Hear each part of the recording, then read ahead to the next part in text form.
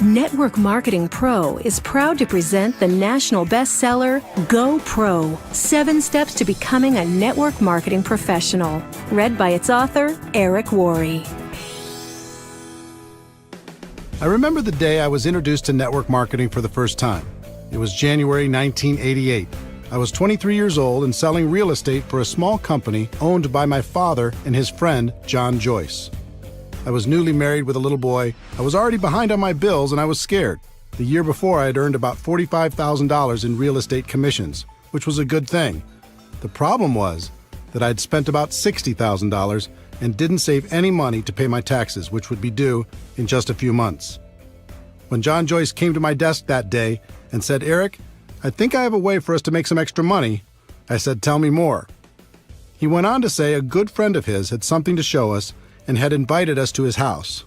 So I got in the car with John and my dad and drove over to check it out. When we arrived, he brought us into his living room, popped a tape into his VCR and hit play. I sat and watched this crazy video. It was filled with mansions and limousines and testimonials of people making fortunes virtually overnight. It was so over the top, I just couldn't believe it to be true. So I proceeded to tell everyone I thought it was a bad idea and I wasn't interested. My natural mental filters just couldn't let it in. Then something interesting happened. John and my dad said, "Okay, that's too bad, but we're going to do it anyway." This had a major impact on me because the only thing worse than being broke and in debt was the thought of seeing these two go on to make huge money without me.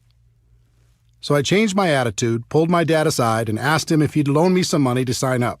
Thank God he said yes, because deciding to become a network marketing distributor completely changed my life. When I got started, I treated my business like most people do, which to say I didn't treat it like a business at all. I got in, made some phone calls, and hoped my timing and positioning was enough for me to get lucky and make a few bucks. And at first it worked. I did make some money, and it was very exciting, although I have to disclose something to you. For those first few months, my entire strategy was to quickly call all of my dad's contacts before he had time to get to them. I thought if I called them, told them my dad and John Joyce were involved, and got them to a meeting or to watch a video, then if they were interested, my dad wouldn't fight over who got the credit, since I was in his organization. I had limited success with this, but as you can imagine, it didn't last long. So 3 months after I got started, my network marketing income dried right up. And when it did, my positive attitude completely went away. I started to blame everything and everyone for my lack of success. My upline wasn't giving me enough help. The company didn't provide adequate training. I didn't know enough people. No one would respect me because I was so young. I blamed the product. I blamed the company. I blamed the economy. I blamed everyone but myself. But I had a big problem. Blaming the world wasn't helping to pay my bills, and I'd walked away from real estate after that first commission check. It was going to take too long to get a real estate commission, and I had no college degree, so getting a decent paying job was out of the question. The only place I could go to create some cash flow was back to network marketing. So I put my head down and went to work. At first, it wasn't easy. In fact, in my first 3 years, I rebuilt my organization 7 times. I'd build it up and it would crash, and I'd build it up again and it would crash over and over and over again. After those first 3 years, I was more than discouraged. I'd almost lost hope. Then something happened that changed my life. Actually, it was a combination of 2 things. It was the night before a company convention, and I was watching a news program on television. They had a guest who was an expert on a topic I can't recall now. What went through my mind was, how does a person become an expert on that topic? The only thing I could think of is they must have decided to become experienced, learn everything they could, read every book, talk to every other person, and learn it so completely that they became an expert. The next day I went to the company convention and watched superstar after superstar walk across the stage. And then it was like being hit by lightning. It finally clicked in my brain that if I truly decided to do it, I could become an expert at network marketing. I could focus on the skills. I could practice until I became an expert, and no one could stop me. Up until that moment, I was always looking for an angle. I was hoping to get lucky. I was hoping to sponsor that one superstar who was going to change everything. And I was scared I would lose my chance if it didn't happen soon. In an instant, everything changed. I realized I didn't have to worry about getting lucky. Timing and positioning were nice, but not necessary for my long-term success. I didn't have to worry about my upline, knowing the right people, or anything else. All I had to do was become an expert. So I decided that day to change my focus and develop the skills to become a network marketing professional. It was a day that changed my life. Since then, my life has been an amazing adventure. Network marketing became a career for me. I have complete time freedom. I've met the most amazing people around the world.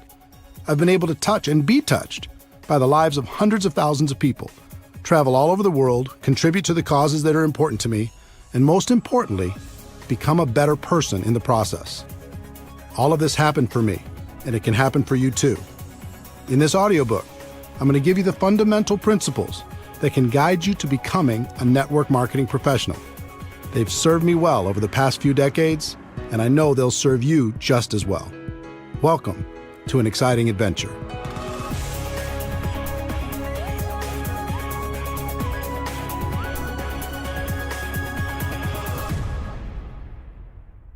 Chapter 1. Network marketing isn't perfect, it's just better. Do you feel restless? Do you feel unsatisfied? Do you feel there must be a better way when it comes to your work and the way you make your living? The good news, there is a better way, but it's different than what you were taught in school. Let me explain. As I travel and speak around the world, I like to play an audience participation game. I ask people to help me create the ultimate business and to tell me specific things they'd like to have in that business and the things they'd like to avoid. It always makes for a very interesting list. If we were face-to-face, I'd do the same thing with you now, but since we're not, let me summarize what people from over 30 countries have told me while creating what I like to call the perfect career list. People usually start naming things they don't want. No boss, no commute, no alarm clock, no employees, no politics, no compromises, no discrimination, no educational requirement. And then as people start to use their imagination in a more positive way, they start to visualize some positive attributes. Something positive, great product or service, unlimited income, residual income, enjoy the people you work with, time freedom, something meaningful, personal growth, lots of perks, international, contribution to worthy causes, low risk, low startup cost, economy proof, tax benefits, fun. Now you might add some attributes of your own, but wouldn't you agree that's a pretty good start? Imagine being able to enjoy a career with those attributes. All jobs that I know of fall into one of 5 categories: blue collar, white collar, sales, traditional business ownership, and investing. Blue collar careers. Here's the Wikipedia definition of blue collar. A blue collar worker is a member of the working class who performs manual labor. My definition is somebody who labors to fix something, make something, clean something, build something, or service something or someone. In my life, I've worked many blue-collar jobs, and for anyone who's ever engaged in this line of work, there's a certain satisfaction in a job well done. But here's the big question. Can blue-collar work deliver on the perfect career list? The obvious answer is no. Sure, it can deliver on some of the attributes. It might have a great product and a low startup cost or any number of other individual items on the list.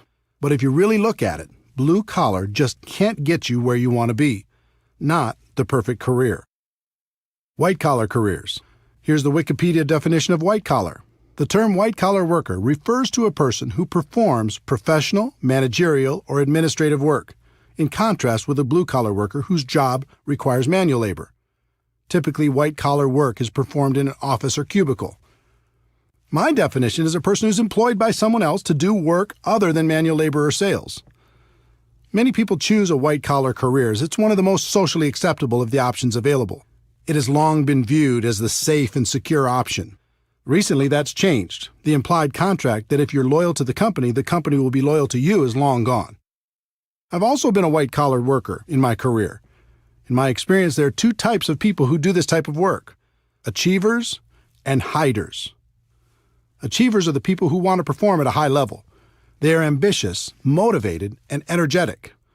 They are full of ideas and want to move up the corporate ladder, which are great attributes to have. But there is a downside for the achiever. The moment a person decides to be an achiever, they become a target. Their boss sees them as threatening to their job, so they start to hold them down or take shots at their reputation. Their peers see them as a person who will either embarrass them or keep them from getting a promotion, so they start to do what they can to undermine their accomplishments.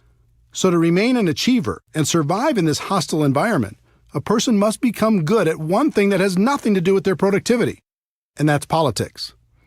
They must learn how to navigate the political world by diminishing their enemies and strengthening their relationship with powerful people.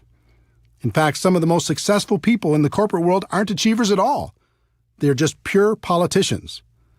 So if you decide to work in the corporate environment and to be an achiever, you must accept the fact that you must become a good politician also. Now let's talk about the hiders. These are the people who hate politics but still need a job. They learn not to be the ambitious achiever. They don't stand out. They don't speak up in meetings. They don't bring new ideas. They hide. They keep their heads down and do as they're told. They do just enough so they aren't talked about negatively. They survive. And this has worked for decades. But in the new economy, it's becoming much more difficult to hide, and people are running out of time. So back to our perfect career list.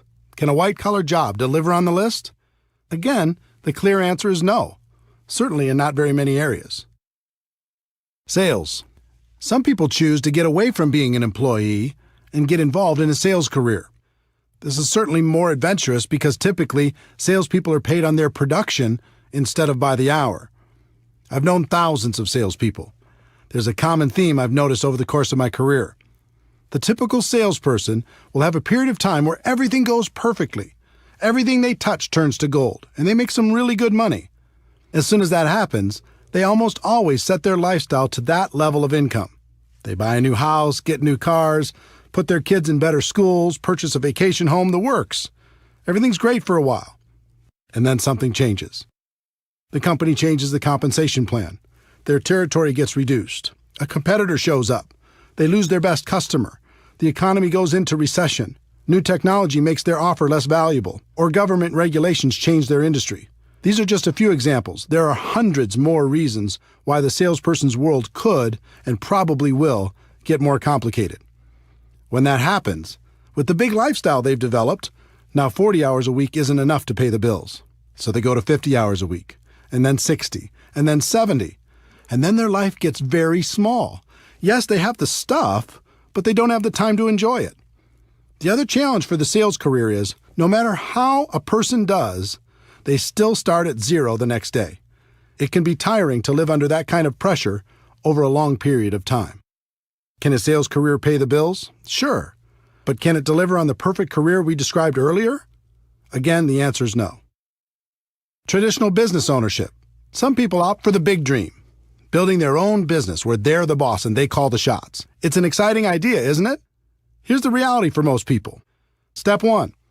They use their life savings, take on new debt, and many times borrow money from friends and family to get started. Step 2. They take on more debt in the form of leases and personal guarantees in just about every direction. Step 3. Now, instead of focusing on what they're good at, let's say they're great at sales and decided to start their own business, they have to be all things to all people.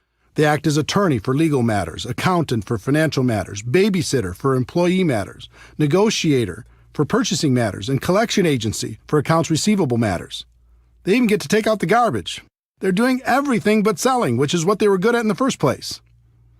Step 4. They struggle.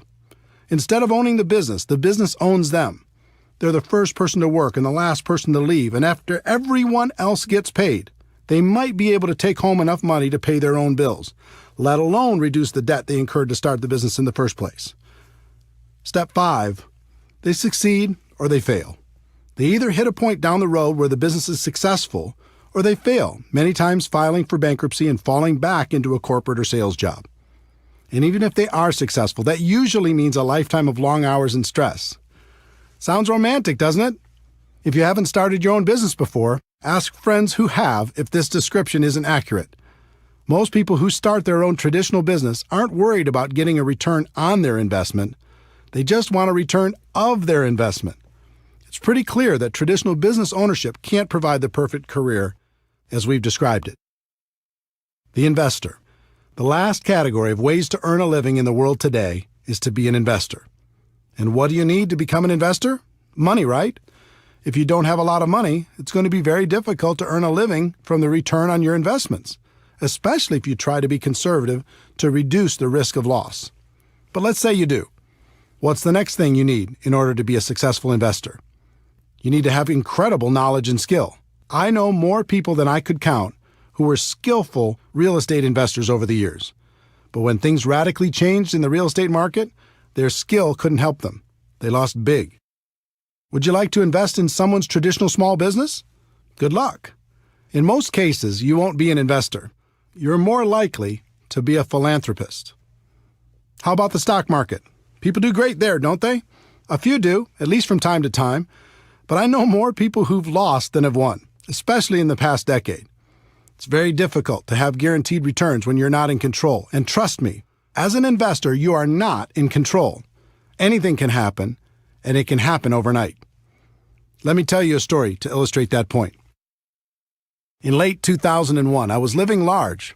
I'd sold a company I co-founded and was working as a very highly paid consultant.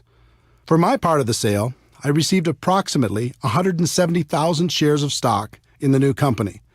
It was publicly traded on the New York Stock Exchange and selling for about $44 a share, which meant the value of my stock was around $7.5 million. I had big income and a great portfolio. Life was good. I used part of the stock to secure a home construction loan of about $2 million for a dream house I was building. As for the rest, I didn't diversify because I knew the company was in great shape with a good product and an amazing sales force. Then something out of my control happened. Overnight, the stock went to $37 a share because a group of investors had targeted the company and shorted the stock. In other words, the lower the stock price went, the more money they'd make. I thought it was ridiculous because the company was doing great. So I bought some more shares at $37, using my existing shares as collateral, knowing the price would go back up. It went to $33. I bought more shares. It went to $27. I started getting margin calls, which meant if I didn't send them money, they were going to start selling my shares to cover the losses. I didn't have it to send. The stock continued to go down. It went all the way to $10 a share, and my $7.5 million was gone. Poof. All in less than 90 days. Now, the stock eventually came back and the company was taken private for $65 a share, but I wasn't there to capitalize on it. I was wiped out. Could I have been smarter? Sure. Did I make mistakes? Absolutely. But here's the lesson. If you're going to be an investor, you have to accept that things will be taken out of your control from time to time. And when that happens, it can be very expensive. So back to our perfect career list. Can being an investor deliver on that list? I don't think so. We've talked about blue-collar work, white-collar work, sales, traditional business ownership, and investing. And none of them can deliver on our perfect career list. So is the perfect career even possible? The answer is yes, but to get there, you need to understand that everything is changing. The old models of compensation are dead or dying, and we are going through the biggest economic shift in any of our lifetimes. The new economy, the world as you know it, has changed. For the people who don't recognize that fact, it will be the worst of times. For the people who do, it will be the best of times. Over the last 100 years, an interesting phenomenon occurred. The rise of the corporation became the standard in society. The safe and respected place for people to exist in the world was as an employee. Step 1, go to school and learn how to be an employee. Step 2, find a company that will employ you. Step 3, work for that company for 40 years. Step 4, retire. In recent decades, the promise of being rewarded by the company for your loyalty and hard work has been exposed as a myth. People began to realize the loyalty they were giving to their company was not being given in return. So a different process evolved. Step 1, go to school to learn to be an employee. Step 2, find a company that will employ you. Step 3, switch companies for various political or economic reasons every 3 to 5 years over the course of your career. Step 4, find that you can't retire comfortably after 40 years, so you keep working. And now we're going through the biggest shift in any of our lifetimes. For a century, companies have paid people by the hour, by the week, or by the year. That's changing on a global level. The world is moving towards a performance economy, and it's already happening. Here's what that means. In the future, you're only going to be paid for performance. You won't be paid for your time anymore. Servers in the food industry already live in this model. They get a very low hourly wage required by law, and they make their living through tips based upon their performance. If you can imagine the same model being applied to virtually every job in the world, you'll see what's coming. The person cleaning the rooms in a hotel won't be paid by the hour anymore. They'll be paid by the room. For office workers, here's an example. A person has a $60,000 annual salary.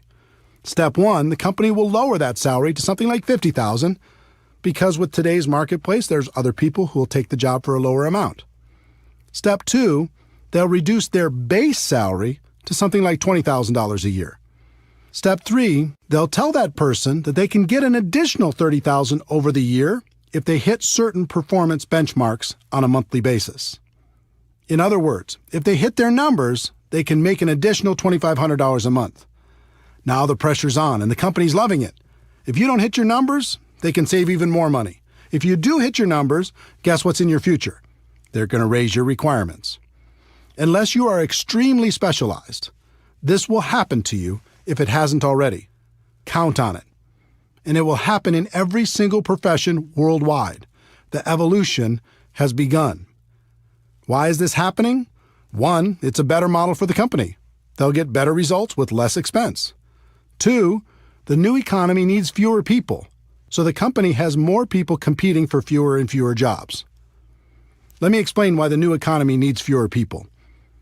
The exponential rise of technology has changed everything. Over 100 years ago, 90% of the population worked in agriculture.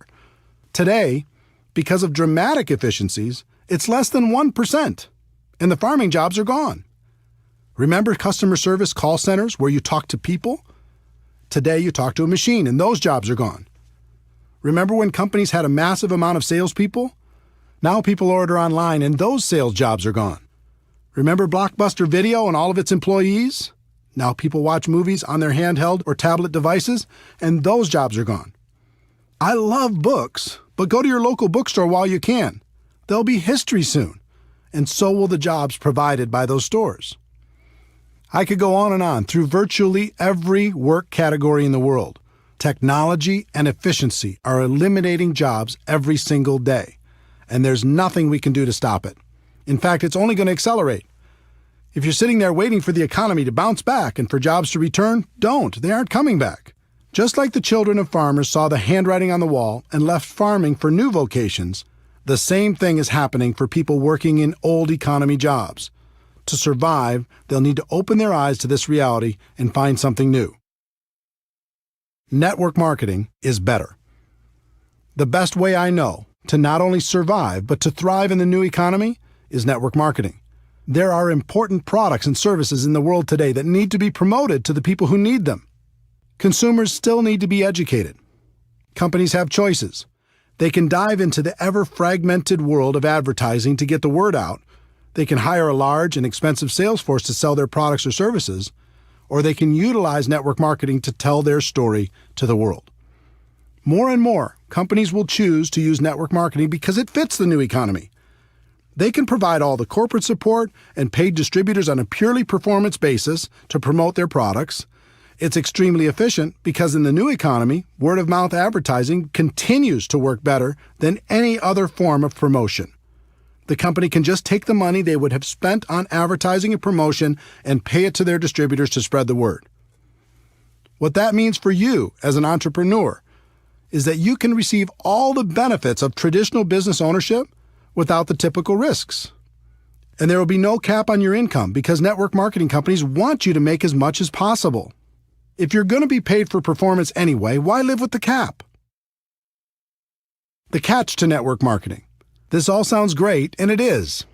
But there's a catch that most people won't tell you. Here it is.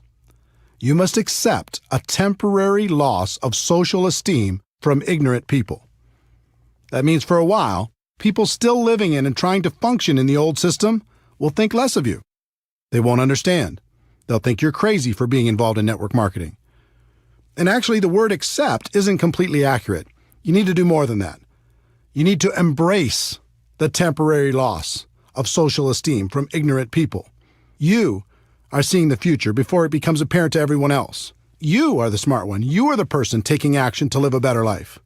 There's a reason why people will think less of you, and it's not just because they're stuck in the old system. Let me see if I can help you better understand this, because if you decide to make network marketing your profession, it's important to know. Most people have either joined a network marketing company or know someone who has. This is what goes through the mind of virtually every person who decides to get involved. I can think of 5 or 6 people who might do this too. My sister'd be great. My friend loves this kind of thing. I know this other person who'd be amazing. Okay, I'll join. In other words, they aren't joining a profession. They're just hoping to get lucky, sign up a few people to cover their own startup costs, and sit back and wait for the money to roll in. The allure of being paid for someone else's efforts is powerful, but often badly misunderstood. They haven't started a real business. They just purchased a glorified lottery ticket. Imagine a lottery ticket with 6 scratch-off spots. Those spots represent each of the people the new person thinks will certainly join. They approach those people and try to get them to join. And because of their lack of skill, most of them end up with nothing, just like the lottery ticket. This becomes just another lost opportunity. And since they've acted in unskilled ignorance, they may have damaged some friendships as well. So they rip up the ticket. And instead of taking responsibility for not really starting their business, they blame network marketing and make sure to tell the world, look, I've been there. I've done it. I talk to every person I know. And network marketing just doesn't work. Save your money. That's what you're dealing with if you choose this as a profession. The opinions of ignorant people who think they've done it right and it doesn't work. If that's going to be too hard to handle, then network marketing isn't for you. But if you can embrace it, the world is yours. The people who embrace this get paid big money. Companies will pay unlimited amounts to people who can help blind people see, who can educate the ignorant, and who can build a community of like-minded people. Some people like to say perception is reality. I hate that saying. All great leaders in the world have ignored it for centuries. What if Nelson Mandela had said perception is reality? What if Martin Luther King Jr. had said perception is reality? What if Steve Jobs had said perception is reality? The great leaders of the world said, reality is reality, and I'm going to do everything possible to help people understand that fact. The truth is, network marketing isn't perfect. It's just better. And that's reality.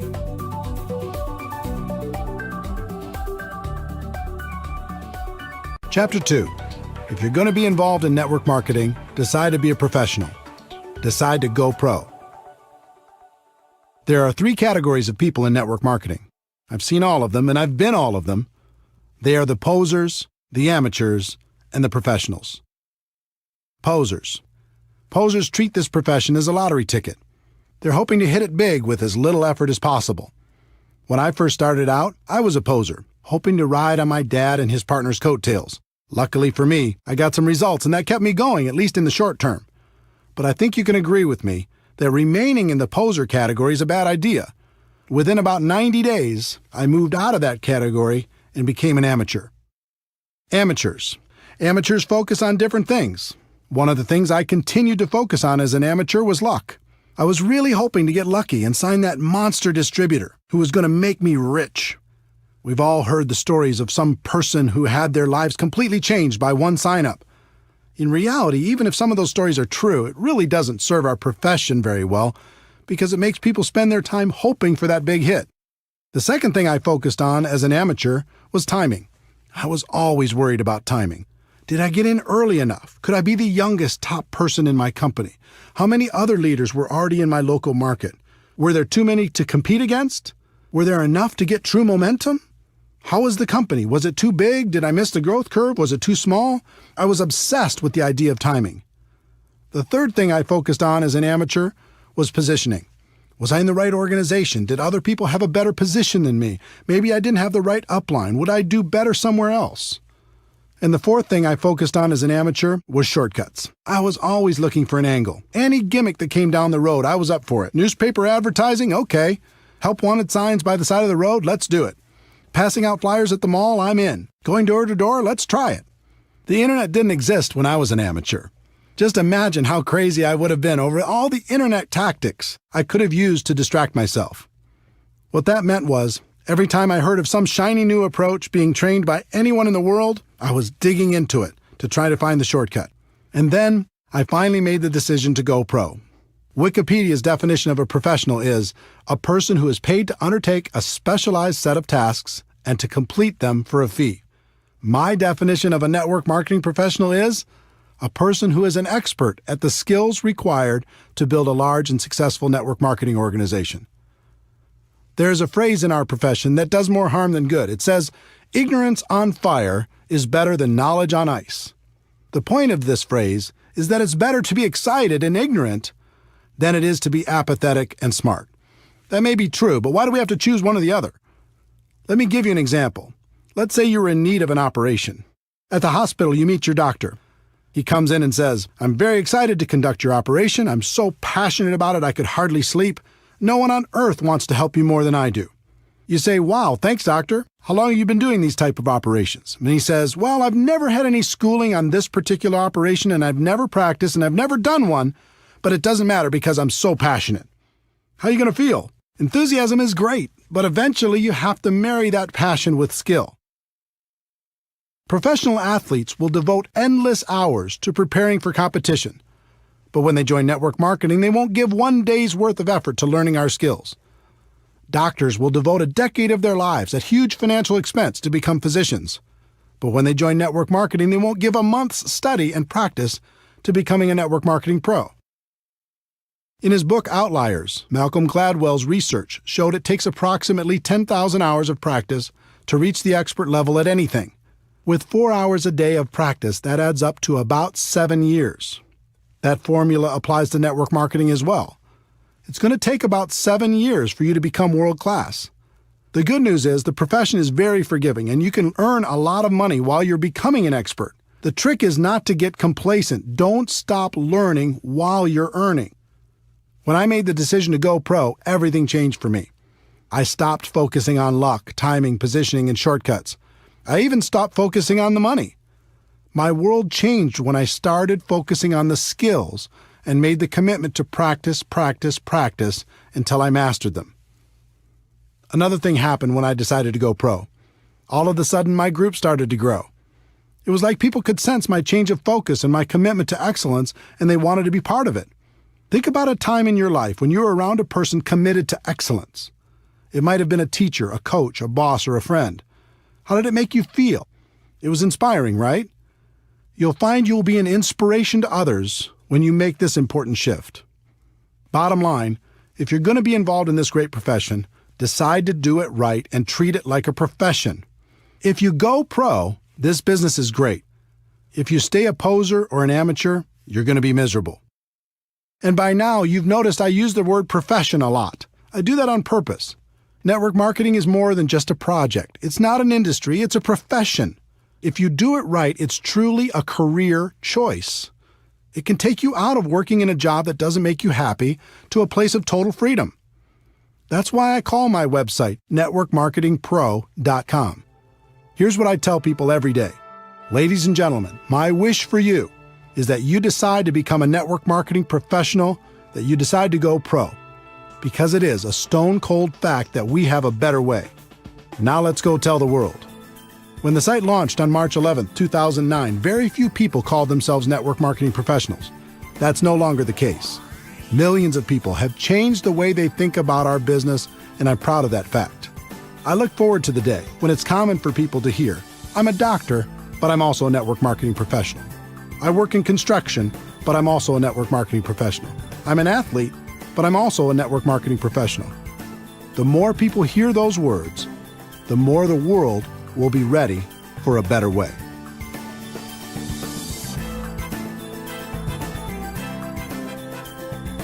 Chapter 3. Like any profession, you'll need to learn some skills. I hope by now I've been successful at convincing you that network marketing is a better way. I hope I've also gotten the point across, if you're going to be involved, it's best to become a professional. The next step is recognizing that you'll need to learn some skills. But before we get to those skills, let me give you some good news. Unlike most professions, you're not going to need a lot of money for your education. You won't have to take out student loans, and you can actually earn while you're learning. In addition, this profession isn't biased. In fact, it's the most equal opportunity in the world. Your background, experience, contacts, age, race, or gender aren't going to be factors in your ability to learn the skills to go pro. And finally, this isn't complicated. The skills necessary to grow a large and successful business are extremely learnable, and you're going to have a surprising number of people financially motivated to help you learn them. There are 3 primary elements to your network marketing business. First, you have the company's products. If some people are successful in marketing those products and you're not, it isn't the product's fault. In other words, everyone in your company has the same products to offer to the public. Second, you have the company's compensation plan. If some people are making a lot of money and you're not, it isn't the compensation plan's fault. There isn't one plan for men and one for women. There isn't one plan for different age groups or educational backgrounds or for the color of your skin. The compensation plan is the same for everyone. The third element is the most important, and that element is you. You are really the only variable. Everyone has the same product and the same compensation plan, but you're going to be the difference between success and failure. That means right here and right now, you need to take responsibility for your network marketing business. Decide today never to blame anyone or anything else for your lack of results. In fact, in network marketing, there's something of an epidemic going on. People just love to blame their upline, the people above them in the structure, for all of their problems. If my upline did this for me or did that for me, everything would be better.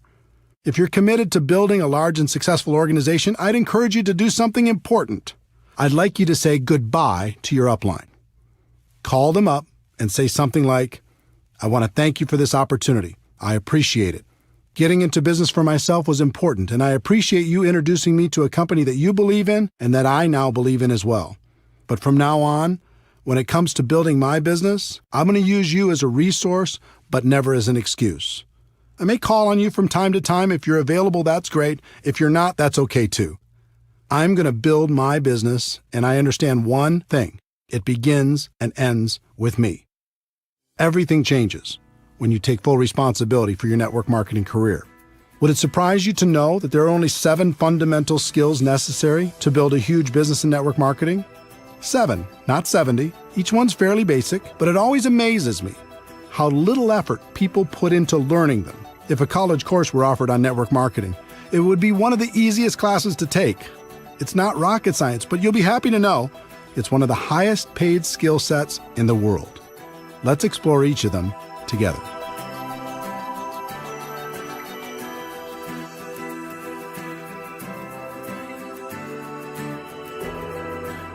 Chapter 4. Skill number 1, finding prospects. When people look at network marketing, one of their big questions is, do I know anybody? They believe if they know a lot of people, they can have lots of success, and if they don't know a lot of people, they don't have a chance. It sounds logical, but it's just not true. As I mentioned in Chapter 2, there are 3 kinds of people in network marketing: posers, amateurs, and professionals. When it comes to finding prospects, the posers will make a mental list of 3 or 4 or 5 people they hope will join their business, and their entire future is based upon the response of those few people. If they're lucky enough to get one of them, they can extend the life of their career for a short time. They might even make another mental list of 3 or 4 people. Hopefully, they'll eventually decide to stop being a poser and upgrade to the amateur ranks. Would it surprise you to know that approximately 80% of all the people who join network marketing approach the task of building a business as posers? It's true. 8 out of 10 distributors first approach their business with the poser mentality. They make a small mental list and see what happens. They never set out to develop the necessary skills. Your job is to make sure you're not one of them and to help your team do the same. Educate people. Help them understand how powerful this opportunity can be if they treat it with respect. For the posers, their only real chance is luck, and that luck had better happen fast. The second group is the amateurs. Instead of a small mental list, these people make a written list, which is a step in the right direction. Let's say they make a list of 100 prospects. They charge out there with excitement, but not a lot of skill. They begin prospecting and their list begins to diminish. As it grows smaller and smaller, their anxiety grows higher and higher. Their biggest fear is running out of people to talk to. I know that was my biggest fear. In my early 20s, my list wasn't anything to brag about. As I mentioned before, I tried to use my parents' contacts at the beginning, and it didn't take long for me to run out of names. Soon everyone in my world knew what I was doing and had either said yes or no. It was scary. I felt like if I didn't find some great people from my list and find them soon, I was going to fail in this business. It never occurred to me that finding quality people to prospect was a skill. Up until this point in my career, I always viewed the list as the ticket to wealth. If you had a good list, you'd succeed. And if you had a bad one, you either had to get lucky or you'd fail. When I came to my defining moment and committed to become a professional, I began to study the people who'd built large and successful organizations. I found that the professionals approached finding people to talk to as one of their core skills. It was part of their job to find new people. They weren't interested in luck. They weren't worried about running out of people. They developed the skill to make sure that never happened. The professionals started with a written list, but then they made the focused commitment to never stop adding to the list. They created something called an active candidate list. And I'm going to show you how to do the same thing. One of the people who taught me how to do this well was Harvey Mackay, author of the huge best-selling book, How to Swim with the Sharks Without Being Eaten Alive. Harvey is a good friend, and he's also one of the best networkers in the world. I once asked him how he built such a large and influential list of friends. He told me at the age of 18, his father sat him down and said, "Harvey, starting today and for the rest of your life, I want you to take every person you meet, get their contact information, and find a creative way to stay in touch." He's done that for over 60 years. And today his list of friends totals more than 12,000 people. And these just aren't social media friends. They're real friends. And I consider myself fortunate to be one of them. If you want to master this skill, follow these 4 simple steps. Step 1. Make your list as comprehensive as possible. Include every person you can think of. Every person. It doesn't matter if you think they are a prospect or not. Your database will be one of your most important assets. Everyone goes on the list. If they're negative, put them on your list. If you hate them, put them on your list. If they're your best friend, put them on your list. If they said, "I'll never be involved in network marketing," put them on your list. If they're 98 years old, put them on your list. If they're 18 years old, put them on your list. It's important to do this because as you empty your mind out on paper, it will make more room for new context to find room in there. When you write down your nephew, you begin to think about the circle of people around your nephew. All of these connections will become apparent to you as you make your list more and more comprehensive. Think about everything.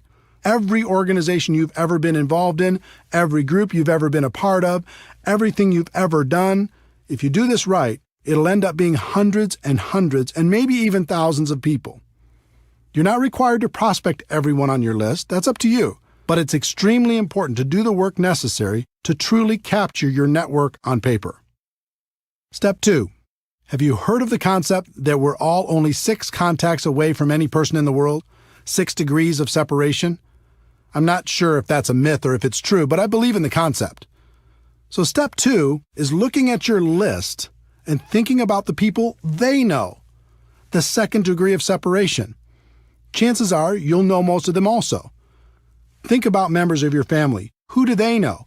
Add them to your list. Think about your friends. Who do they know? Add them to your list. Think about all the relationships in your life. Who do they know? Add them to your list. Don't worry about what you're going to do with this list yet. We'll talk about that a bit later. Just keep building it. Step 3. Constantly expand your list. This is why the professionals call this an active candidate list. It never stops growing. The pros have a goal to add at least 2 people to their list every single day. They may not prospect them, but as Harvey Mackay's father said, they go on the list, and you should find a creative way to stay in touch. Harvey's book, Dig Your Well Before You're Thirsty, deals with this concept. If you think about this as a core skill, you realize it isn't very hard. You come into contact with people every day. Just add them to your list. You meet people through online social media. Add them to your list. You do business with new people. Add them to your list. My friend Jordan Adler is the author of Beach Money. He's also a 7-figure-a-year earner in network marketing. He's a master at step 3. He just lives his life and is always making new friends. And if you look at his business, almost all of the people he's recruited into his huge organization are people he didn't know before he started his network marketing business. He's a pro. Professionals develop a higher level of awareness. They pay attention to the world. They know they'll be introduced to new people all the time. Posers and amateurs don't even notice. They just go through their day saying, "What people? I don't see any people." How hard would it be to raise your awareness and add 2 new people a day to your list? Think about it. If you did that 6 days a week, that is over 600 new people a year. Do that for 5 years, and it's over 3,000 people. Can you see why professionals don't worry about running out of people to talk to? Please understand, I'm not saying you should assault these people with your pitch the moment you're introduced. Some people in network marketing make that mistake, and it's not good. Just add them to your list, make friends, develop a connection, and when the time is right, you can help them understand what you have to offer. Step 4, network on purpose. Professionals network on purpose. It's hard to meet new people if you're hiding from the world. Get out there, have some fun, join a new gym, have fun with a new hobby, volunteer for a cause that's important to you. Find places and organizations where you can meet new people. Not only will it be good for your business, but you'll also make some great friends.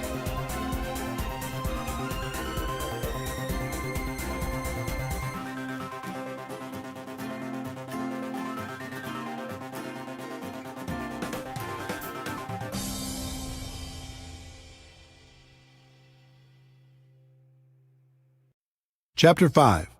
Skill number 2. Inviting prospects to understand your product or opportunity. Once you've identified your prospects, the next skill is learning how to properly invite them to find out more about your product or opportunity. This is by far the most critical skill to develop. I call it the gateway skill for network marketing. If you aren't successful in getting anybody to take a look, then we can guess what your future will look like in MLM. Most people think you must start off with a great reputation and have a lot of influence with others for them to take a look at your opportunity. It's just not true. When I first started in 1988, I had no reputation and no influence. I barely escaped high school, attended one semester of community college before dropping out, and had a total of 18 jobs, all before the age of 23. Do you think I had a lot of respect in the community? I had zero. And since I was a $5 to $10 an hour person, all of my friends were the same, so they weren't much help. Most of them were still living with their parents. But I was desperate, and I was scrappy. In the beginning, I made up in numbers what I lacked in skill. I called everyone I knew, and I gave them my pitch. A few of them joined. Most didn't. I placed ads in the local newspaper. I gave all of the people who responded my pitch. From all of that activity, a few joined. Most didn't. I tried everything. I was like a hunter with the goal of bagging an elephant. I went around with my gun/opportunity in my hand and shot at everything that moved. I didn't really care about relationships. All I cared about was getting the new recruit. My attitude was some will, some won't, so what next? But because I was a hunter, everyone around me felt hunted, and they started to avoid me, and it wasn't fun. Even worse, the people I did get to join my business tried to do the same thing I was doing, failed, and then quit. After 3 or 4 years of frustration, I came to my defining moment and started studying successful people in MLM to see what they did. What I found surprised me. They weren't hunters. They were more like farmers. They built relationships. They built friendships. They learned how to build trust with the people they met, and were able to skillfully transfer the belief they had about their products and opportunity. Their goal wasn't to immediately recruit their prospects. Their initial objective was to educate their prospects on what they had to offer, and then let those prospects decide if it was something they wanted to do. This was a huge switch in strategy for me, and I began to look at things differently. I put myself in the prospect's shoes and thought about what would be attractive to me, and alternatively, what would cause me to put up my defenses. I realized why the pros had such great results. Instead of acting like sharks, they were more like coaches or consultants. They built relationships and then offered common-sense solutions to people's problems. Who wouldn't like that? The other thing I noticed with the professionals is they didn't pitch their product or opportunity. Instead, when the timing was appropriate, they just invited people to do one of two things, based upon the individual prospect situation. The first thing they did was invite people to attend some sort of event, such as a one-on-one or two-on-one meeting with another member of their team, or a 3-way phone call conversation, a small group presentation in their home, an online webinar, a local hotel meeting, or some larger company event or convention. Professionals understand that personal interaction is a critical component when it comes to building trust and transferring belief, so they try to connect people as much as possible. The second thing they did was invite people to review some sort of tool. I'm a big believer in using tools to help educate a prospect. Tools take many forms. There are CDs, DVDs, magazines, brochures, websites, and online presentations. With some companies, you can even let people sample the product and treat that as a tool. There's no question that technology continues to evolve, offering more and more convenient ways to help educate prospects. But I have to interject a personal opinion based upon experience. While technology allows us to get people quality information quickly, there's nothing like a physical tool. In a world of bits and bytes and in a network marketing world where it's important to build trust, a physical tool makes it real. Of the two methods used to help educate the prospect, events are the most effective. There are lots of reasons. There's a physical interaction from meeting with people, and that helps build trust. There's the important element of social proof. It's valuable for the prospect to see that there's other people actively involved and find out what those people are like. There's education on the product and the financial opportunity. They get to see firsthand the kind of support that's involved, and they realize they won't have to do everything by themselves. In most cases, there's an excitement and urgency at these events, and they get to hear stories of how things are going for other people. Those are some of the benefits. The only downside to events is they can be difficult to schedule and confirm, especially for a brand new person. If you don't have the skills, it's fairly common to invite 20 people and have 1 or 2 show up, and that can be very discouraging. For building a large and duplicating organization, I've found that a tool is a better first step. Remember, our goal is education and understanding. We want people to know what we have and understand how it can benefit their lives. A tool is a great way for people to become educated and hopefully excited in the middle of their busy lives. They might not have time to drive across town to meet with you, but they could listen to a CD in their car or watch a short DVD, read a magazine, or watch an online presentation. If you were to look back at my career, you'd see that tools changed everything for me. In 1990, my company came out with a video that was dynamic and exciting. Even though it was wildly expensive at $15 each, back then it was worth it. Because when you learned how to invite people to watch that video, the results were dramatic. Everyone in the company became focused on a daily method of operation that centered around inviting people to watch our video. We allowed no distractions. Our entire culture revolved around this strategy, and our growth went through the roof. Events were still very important, but they were a second step after a person watched our video.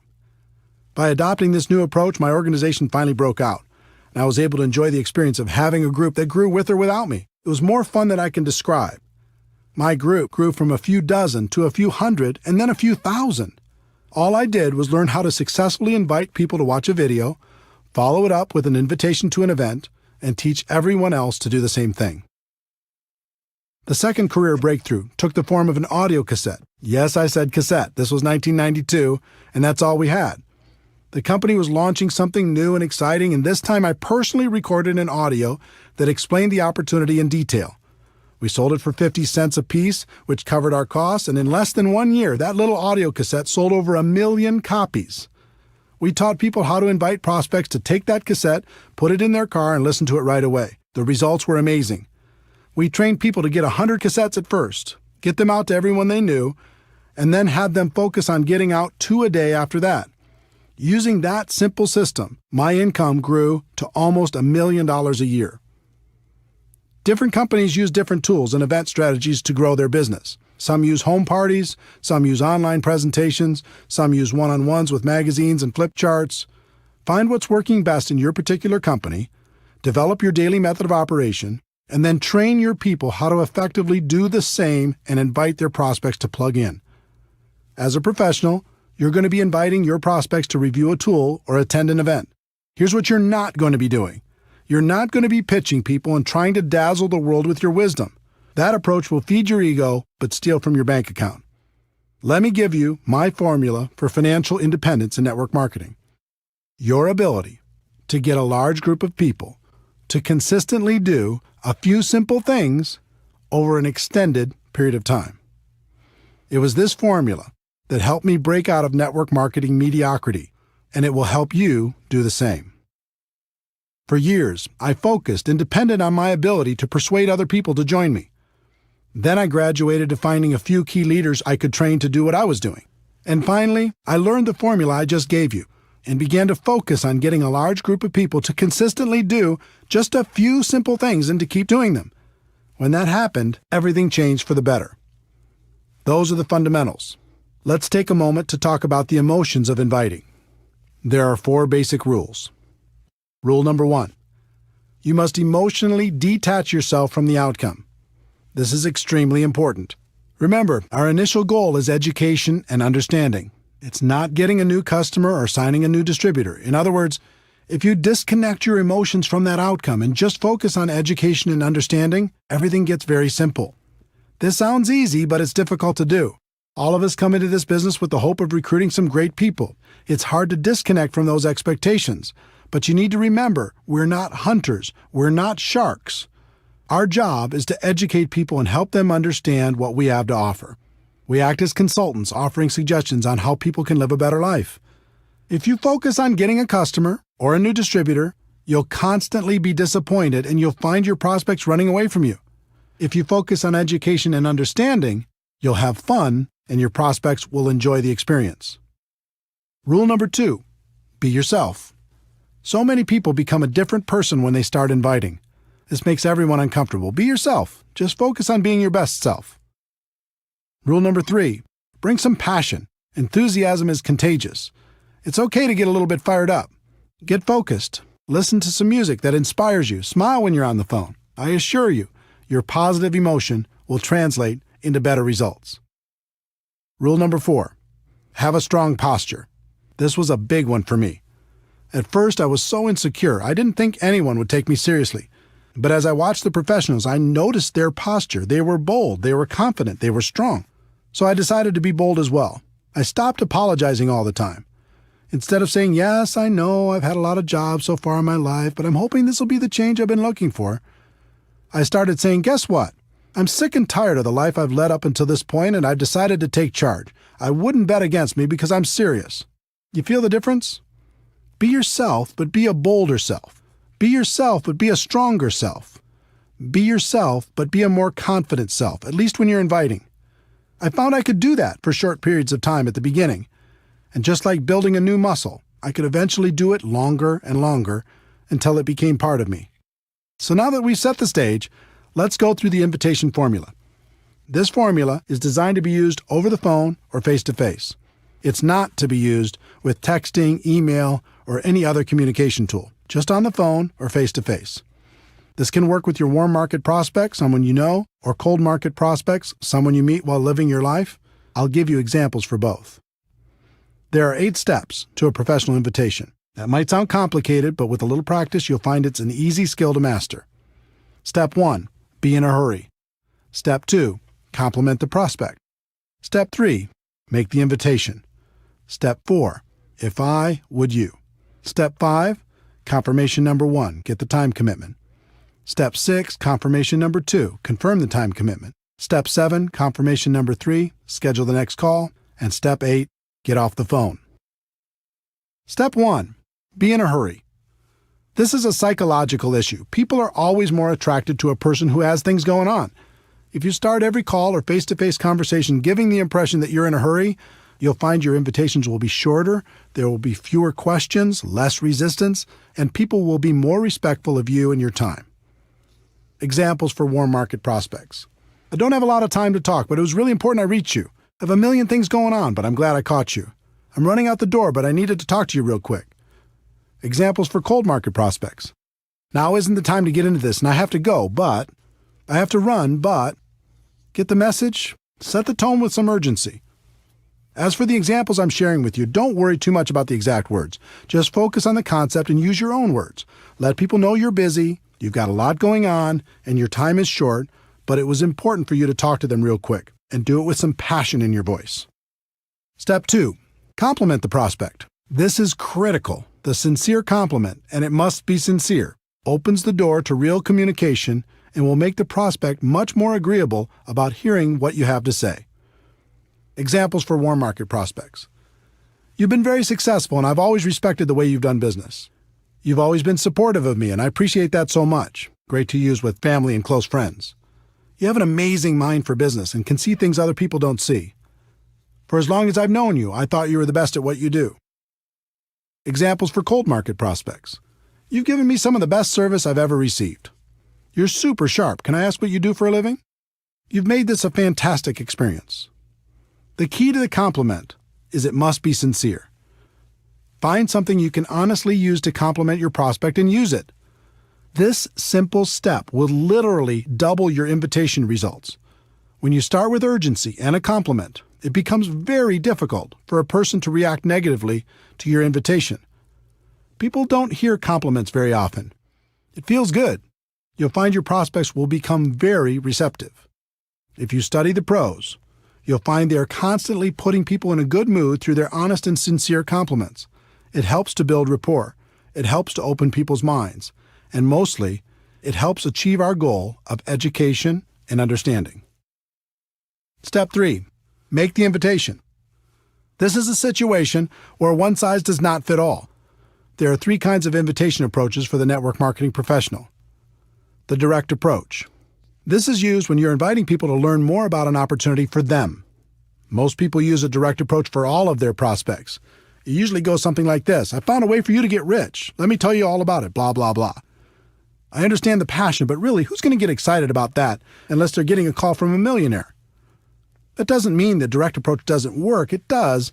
It has an important place in your invitation process, but it should be reserved for people who know and respect you or for people that you know are searching for something better. Examples for warm market prospects. When you told me you hated your job, needed more money, wanted to find a new house, etc., were you serious or were you just kidding around? They'll almost always tell you they were serious.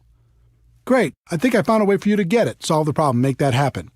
This is for situations where you know an area of their dissatisfaction, need, or desire. I think I found a way for us to really boost our cash flow.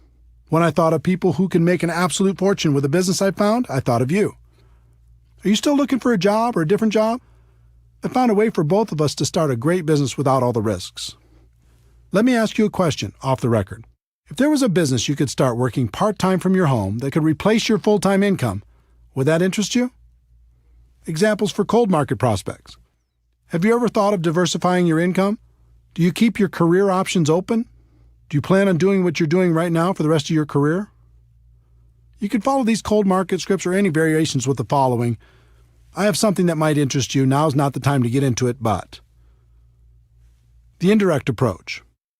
This is another powerful tool to help people get past their initial resistance and educate them on what you have to offer. The indirect approach is about asking the prospect for help, input, or guidance. I used this approach extensively and with great success when I first started out.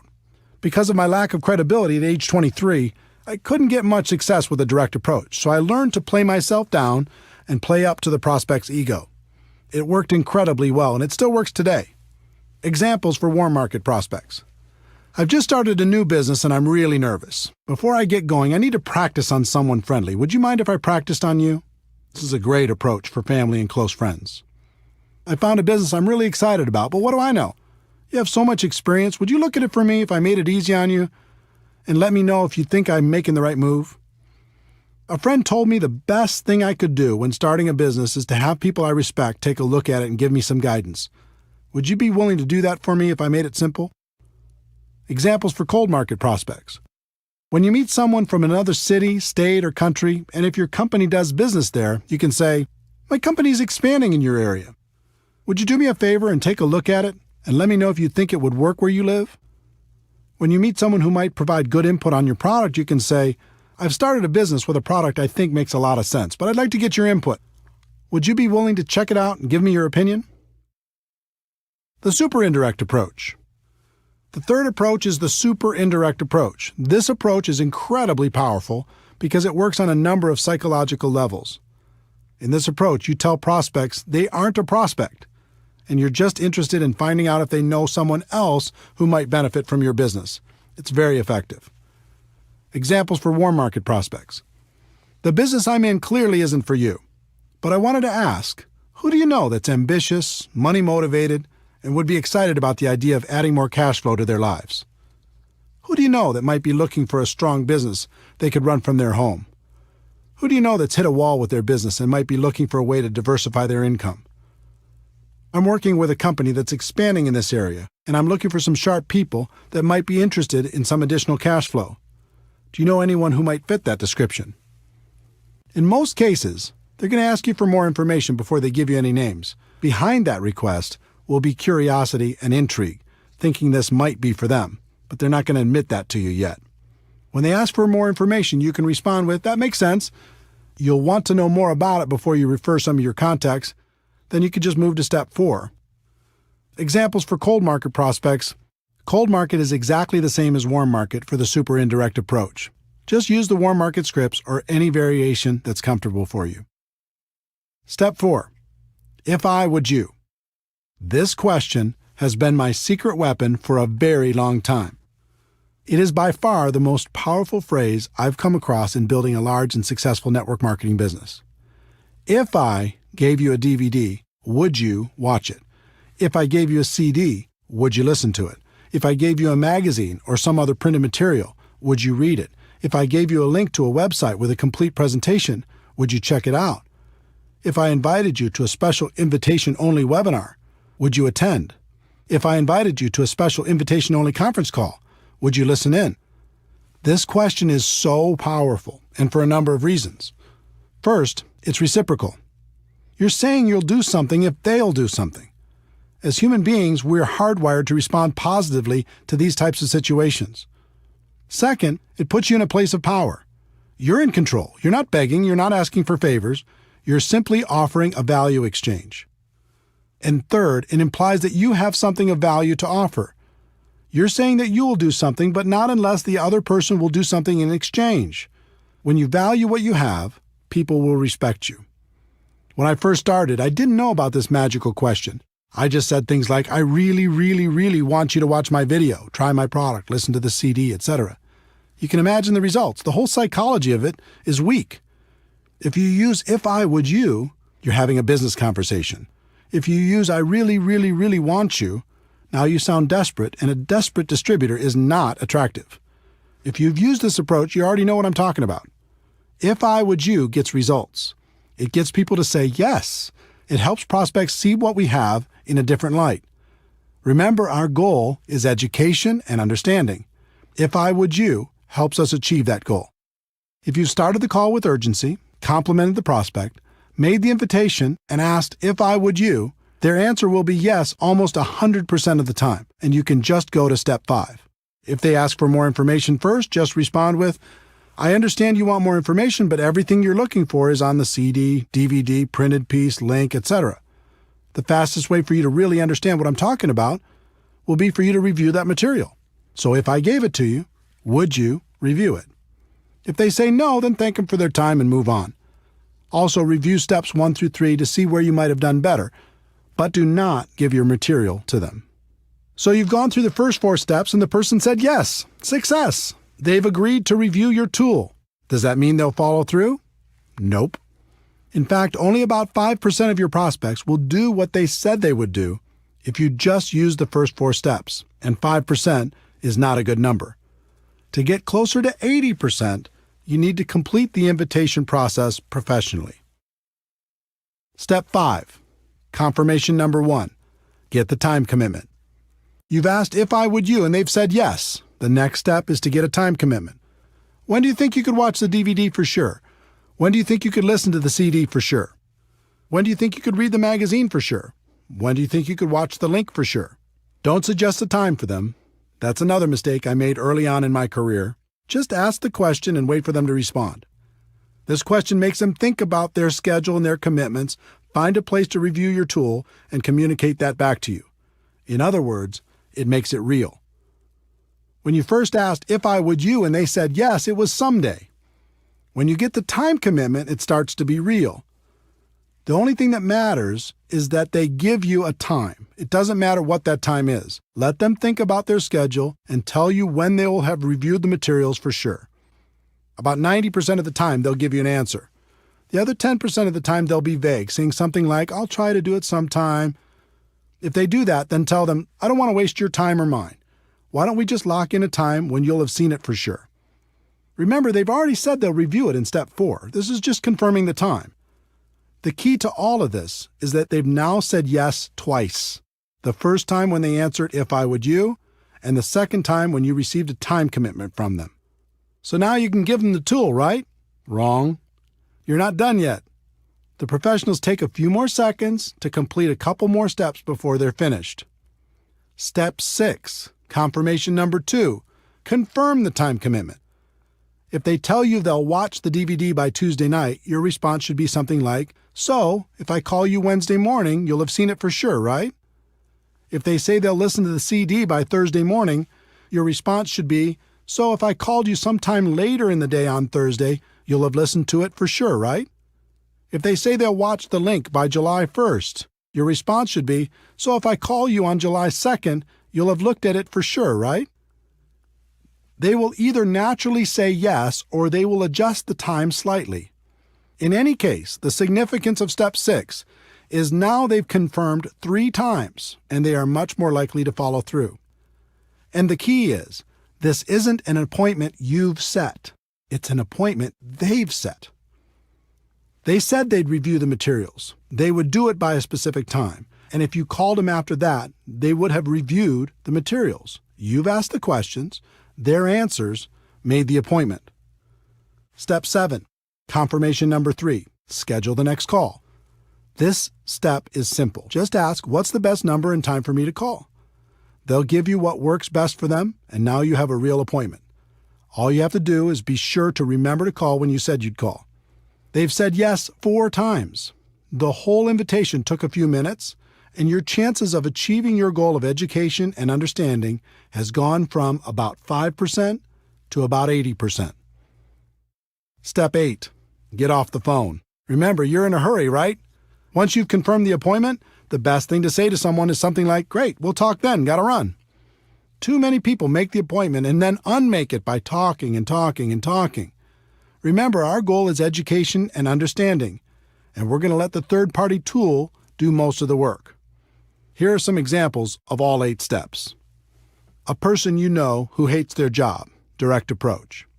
"Hey, I don't have a lot of time to talk, but it was really important I reach you. Listen, you're one of the most financially intelligent people I know, and I've always respected that about you. When you told me you really didn't like your job, were you serious or were you just kidding around?" They say they were serious. "Great, I think I found a way for you to create an exit strategy. I have a CD that describes what I'm talking about better than I can. If I gave you this CD, would you listen to it?" They say yes. "When do you think you could listen to it for sure?" They say Tuesday. "So if I call you Wednesday morning, you'll have reviewed it for sure, right?" They say yes. "All right, I'll check back with you then. What's the best number and time for me to call?" They give me the information. "Got it. We'll talk then. Gotta run. Thanks." A good friend, indirect approach. "Hey, I'm running out the door, but I needed to talk to you real quick. Do you have a second?"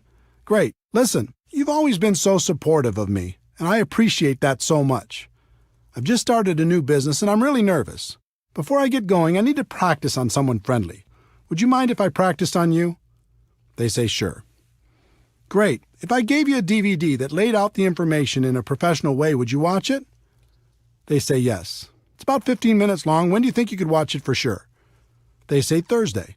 "So if I called you Friday morning, you'll have reviewed it for sure, right?" "Fantastic. What's the best number and time for me to call?" They give you the information. "Great. We'll talk then. Gotta run. Thanks." A highly successful person, super indirect approach. "I know you're busy, and I have a million things going on too, but I'm glad I caught you. You've been wildly successful, and I've always respected the way you've done business. I've recently started something new, and I'm looking for some sharp people. It's clearly not for you, but I wanted to ask, who do you know who's ambitious, money-motivated, and would be excited about the idea of adding a significant amount of cash flow to their lives?" They say they do know some people.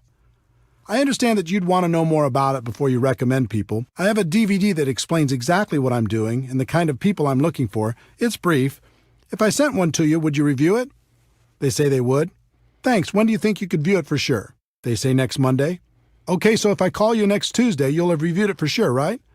"Okay, I'll check back with you then. What's the best number and time for me to call?" They give the information. "Okay, great. Thanks again. I appreciate it so much. Talk to you next Tuesday." A cold market prospect who's done a good job selling you something. Direct approach. "Now isn't the time to get into this, and I have to go, but you're super sharp, and I happen to be looking for some sharp people. Do you plan on doing what you're doing now for the rest of your career?" They say no. "Good. I have something that might interest you. Now isn't the time to get into it, but I have a DVD that explains it all in great detail. If I gave it to you, would you watch it?" They say yes. "When do you think you could watch it for sure?" They say Sunday. "So if I called you Monday, you'll have reviewed it for sure, right?" They say yes. "All right, I'll check back with you then. What's the best number and time for me to call?" They give you their information.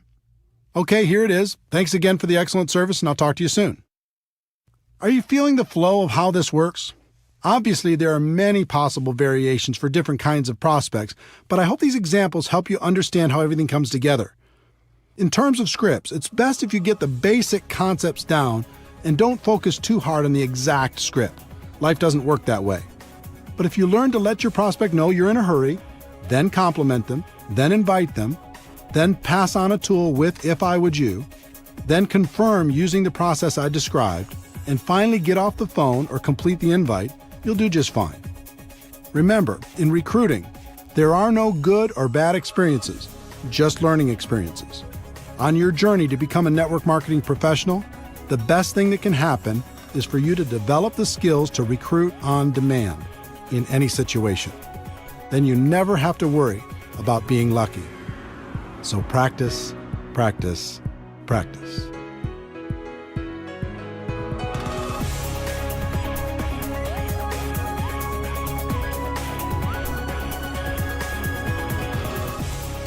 Chapter 6, Skill Number 3, Presenting Your Product or Opportunity to Your Prospects. We've talked about the first two skills of identifying prospects and inviting them to learn more about your product or opportunity. As you've learned, you'll be inviting them to review a tool or attend some sort of event. If they are reviewing a tool by themselves and you're not around, there's nothing for you to do. Just follow up when you said you would. If you're physically with them, there are some things you need to understand, and one of the biggest is you are not the issue. This was a tough one for me to accept. When I first got started, I read everything I could, listened to everything I could, and attended all the training sessions I could. I thought the most important thing I could do was become an expert on all the facts associated with my company. So if anyone asked me any questions, I'd be right there with the answers. Sounds logical, right? I would sit down with someone and say, "Let me tell you all about our products. Let me tell you all about our company. Let me tell you all about our compensation plan. Let me tell you all about our incredible support system." There are big problems with that approach if you want to build a large and successful organization. For me, the first problem was, no matter how much I learned, there would still be questions that stumped me. And since I was presenting myself as the expert, if I got stumped, that might make the prospect question the whole opportunity. The second problem was, most of my prospects knew I wasn't an expert. So when I came to them and presented myself as an authority figure, they knew it wasn't true. It actually made them more skeptical. The third problem was, even if I was successful at becoming an expert, the other distributors in my organization didn't necessarily have that same desire or willingness to learn. As a result, I was the go-to guy for every single presentation. There's no way to create an organization that will duplicate with this approach. And without duplication, network marketing is just a job. In the early days, that's what network marketing was for me, a job. I had no duplication because I made myself the issue. But I was determined, and I started to observe and take careful note of how the most successful distributors did their presentations. The pros never made themselves the issue. More than that, they never presented themselves as an expert. They acted as a consultant who connected the prospect to tools, events, or other distributors to help them become educated. If the prospect asked a question, they would guide them to the answer, but they wouldn't give the answer directly. This baffled me until I started to comprehend duplication. The pros knew they could sign the person up by dazzling them with their knowledge and experience, but they also knew it would take a long time for their new distributor to do the same thing. So they came up with a simpler approach. It was around this time I heard a concept that has stuck with me ever since.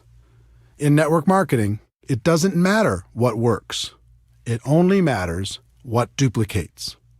This should be a guiding principle for every network marketing professional. The pros use tools instead of their own wisdom. The pros use live events instead of their own presentations. The pros use other distributors to give the facts instead of giving them themselves. The pros don't present themselves as experts. They just invite people to learn more about the product or opportunity and let the third-party resource provide the information. The pros bring passion, enthusiasm, excitement, and belief. If you ever watch a pro at work, you'll see a fire in them that's contagious. Make passion, enthusiasm, excitement, and belief your priority. Then invite professionally and let the third-party resource do the rest. In addition to learning how to effectively present your product or opportunity during your personal recruiting efforts, it's also important to learn how to present your opportunity to groups of people. I've heard it said, and I think it's true, the person with the marker makes the money. In other words, the person in front of the room giving the presentation usually has a higher than average income. When I first got started, I was deathly afraid of speaking in front of people. But I was ambitious, and since everyone said this was an important skill, I was determined to master it. I started by learning how to give a short and effective testimonial. Learning to tell my story was extremely valuable in building my business and has been to this day. People aren't interested in how much you know, but they are interested in your story, as long as you don't bore them to death with it. I worked on my story for a while, and after tweaking it a time or two, here's what I came up with. Hi, my name is Eric Worre, and I'm a retired underachiever. I had 18 jobs by the time of 23 and was starting to think my future wasn't looking so good. I was embarrassed by my lack of results, and I was desperately looking for a way to make something of my life. In January of 1988, I was introduced to network marketing, and it has changed my life. Instead of being afraid of the future, now I'm excited about it. And then I would insert whatever was appropriate based upon my current levels of success. The theme of my story was, if I could do it, anyone could do it. And it worked. I used it all the time in hotel meetings, in home meetings, on three-way phone calls, on conference calls, you name it. No matter what your background is, you can craft a compelling personal story. I've found every good story has 4 elements. 1, your background. 2, the things you didn't like about your background. 3, how network marketing or your company came to the rescue. And 4, your results or how you feel about your future. Take some time to create your story and start telling it every chance you get. Next, I decided to master my company's opportunity presentation. Again, the concept of modeling successful people came into play. The top earner in my company was extremely powerful and effective. In addition, he did the same exact presentation every single time, just about word for word. So I recorded his presentation and transcribed it by hand onto a legal pad. When I completed that step, I recorded my own voice doing that presentation. I did it word for word, same story, same jokes. Everything was his exact presentation. After I was done, I played it back, and it was terrible. My voice had no energy, I was boring, I hated it. So I recorded it again and again and again until it was acceptable. In the end, I had an audio cassette with my presentation on it.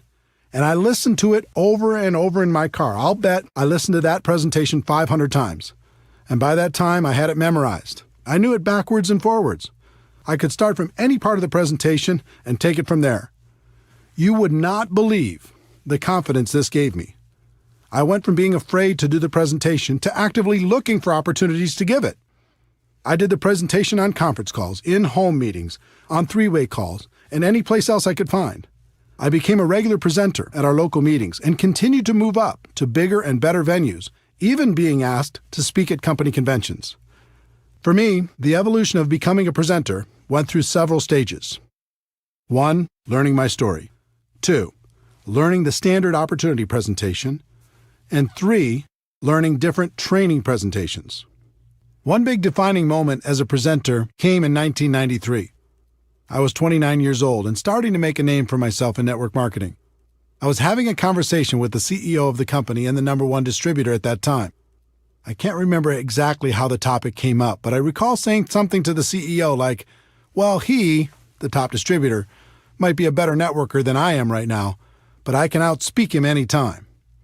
It was meant as a joke, but the CEO raised his eyebrows and said, okay, son, I'll tell you what, we have our big convention coming up.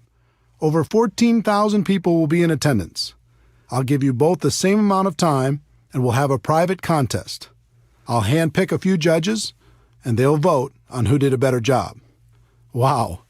Now I was really on the hook. I wasn't a huge leader. I didn't have as big an organization or reputation at the time as the top earner, so I did the only thing I could control. I started to prepare like my life hung in the balance. I chose a theme. I wrote my talk, and I rewrote it over and over. I did research. I practiced. I recorded myself doing the speech. I did everything I could possibly do. When the day came, I'd never felt so nervous in my entire life. Talking to 14,000 people is like talking to an ocean. But my preparation served me well.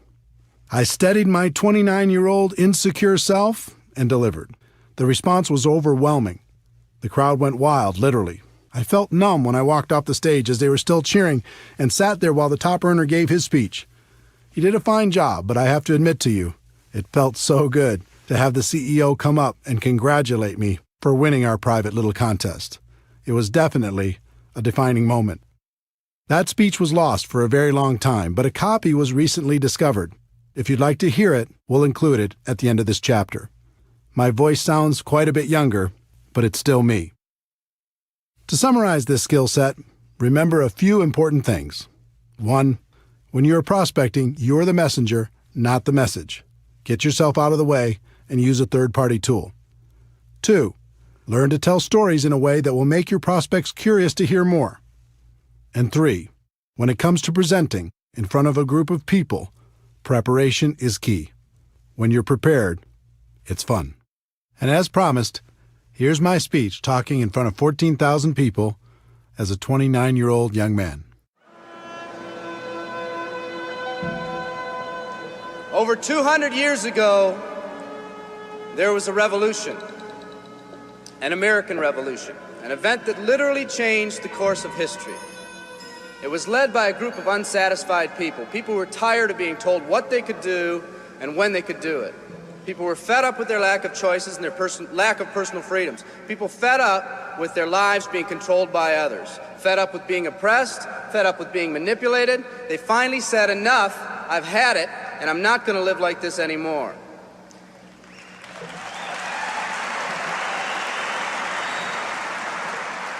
Our ancestors were people that took full responsibility for what happened to them. It was that spirit that ignited a country and formed what is now a giant in the free world. I have a question for you. Where's that spirit today? It's time for another revolution. Let me explain one of the laws of the universe. It's called the law of use, and it says simply this: whatever you don't use, you lose. Lack of use causes loss. Ambition unused declines. Faith unused decreases. If you don't use your skills, you lose your skills. If you don't use your freedom, you lose your freedom. Freedom does not come automatically. It's not attained and then handed down to us as an inheritance. It must be achieved each day. At the turn of the century, in the year 1900, less than 10% of us worked for other people or the government. Over 90% of us were self-employed. We were an independent people. In 1980, only 80 years later, over 90% of us worked for the other people or the government. Less than 10% of us were self-employed. We changed from an independent people to a dependent people. We'd slowly shifted from a people who took full responsibility for everything that happened to them to a people who've become talented and practiced at the art of blaming others for their problems.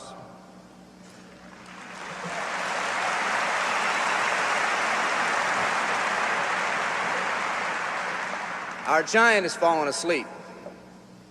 Our forefathers didn't say, "Who's going to take care of me?" They simply said, "All I ask is the opportunity to be free and the ability to take care of myself and my family."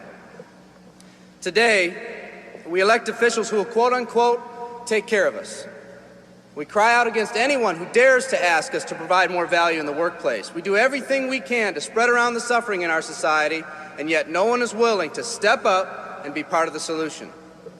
We've slowly changed from a society that compensates based on value to a society that compensates based on entitlement and seniority. What we've come to believe is our due. We act as if someone actually owes us a living. Part of this change is due to the dramatic rise of conformity in our society. We're all taught to conform. Incredible pressures are put on us every day to do things, quote-unquote, the right way.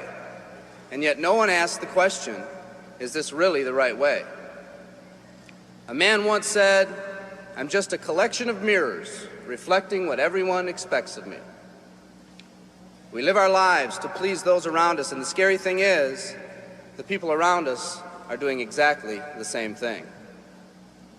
Psychologist Rollo May calls us outer-directed people. We don't act, we only react. We seek not to be outstanding, but to fit in. We're able to respond, but not to choose. Perhaps that's why a wise man once said, "The mass of men lead lives of quiet desperation." In order to change, we need to become inner-directed people. People with our own purpose. People who are not easily swayed by the opinions of others. And that's difficult because from a very early age, we look to the opinions of others to orient ourselves and to validate our decisions and our actions. Nietzsche said, we need more strong people in this world because the weak, by their sheer mass, are forcing weak ideals and weak values on us all.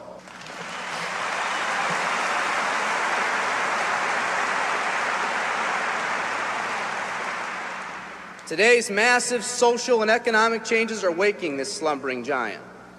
Some people may not be ready right now for the changes happening today in today's society. It doesn't matter if they're ready or not.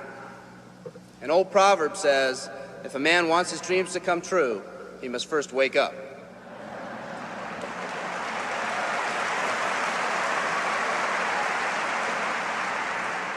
I, for one, am glad for the radical changes in our society because I believe that within that crisis, we will find that independent spirit that once pioneered this country. Some of us are finally ready to change. The displacement of our workforce has caused many of us to start searching for something better. Moving products and moving services is our business and our goal, but what we are becoming in the pursuit of that goal is a larger and much more important issue. The rekindling of our independent spirit has more lasting value.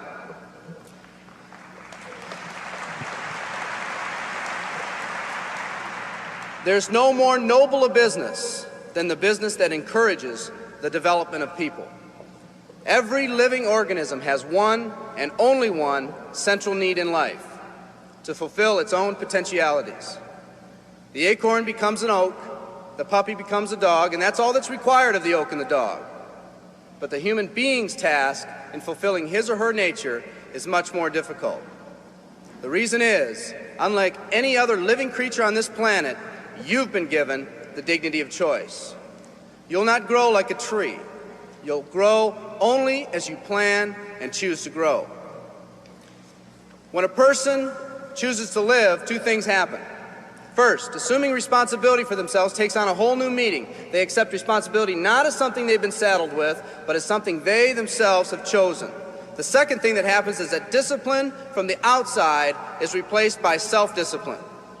They accept discipline not because it's commanded, because they themselves have chosen what they want to do with their lives.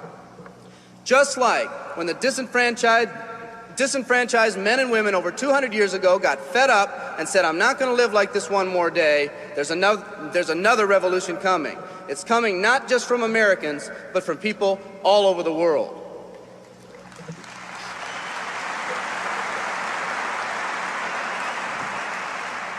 It's coming from people who've been oppressed in meaningless jobs, from people who've been unjustly held back, from people who've been slighted or ignored, from people who've had their hopes crushed time and time again by the circumstances around them, from people who've been playing in a game where the rules weren't the same for everyone, from people whose dreams have almost died by the methodical dripping of negative and pessimistic forces, people who've just been waiting for the right opportunity to present itself, an opportunity that they could hold on to, believe in, a place where people believed in them.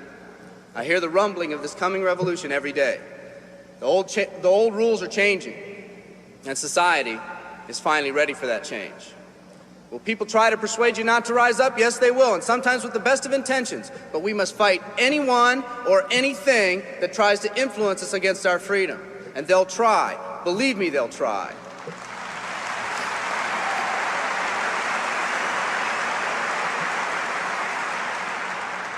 They'll try to suggest you off course, to nudge you off course, to distract you off course.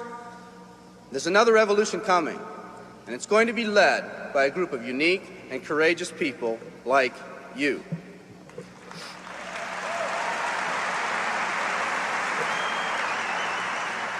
People who've had it with the way things are. People who've picked out their mountain in life and said, I'm going to the top. And if someone tells you you can't climb mountains, you don't have any experience. You tell them, I'm going to the top.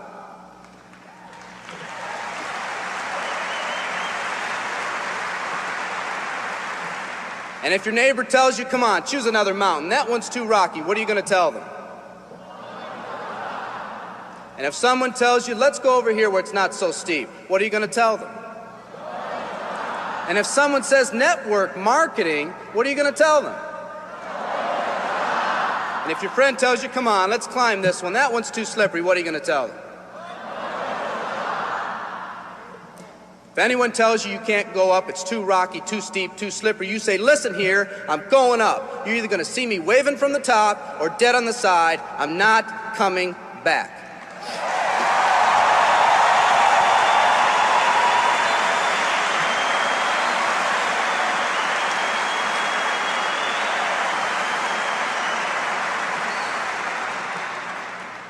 There's something about the do-or-die attitude. It's almost like when someone has a do-or-die attitude, time, fate, and circumstances seem to get together, have a hasty conference, and say, they say they're going to do it or die. We might as well let them have it.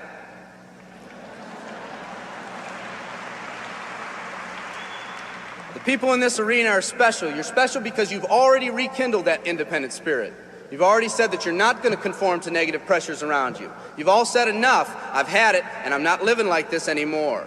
You are the people who want to set big goals and aspirations for yourselves and your families. People who want to live in a country where families are brought together again instead of being torn apart. People who want a country where once again owning your own business and controlling your own destiny is commonplace.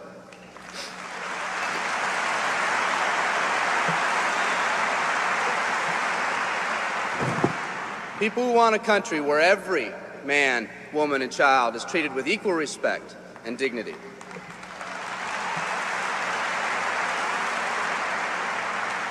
People who will pay any price so their families will not live with the legacy of maxed out credit cards and unfulfilled promises.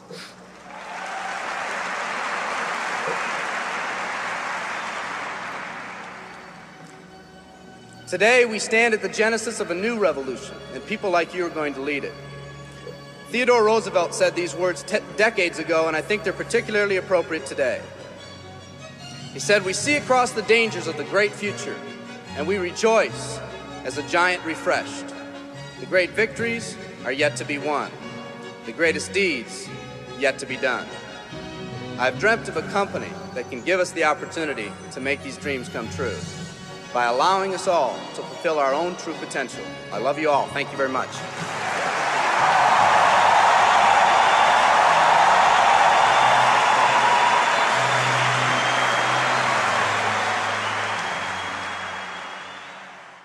Chapter 7.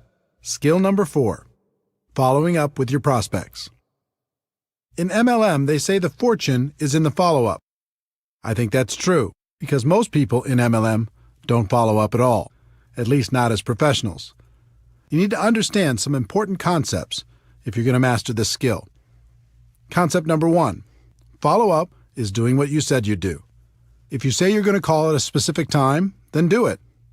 The network marketing profession is full of people who get all excited one minute and then go missing in action the next. Run your business through a physical or electronic calendar.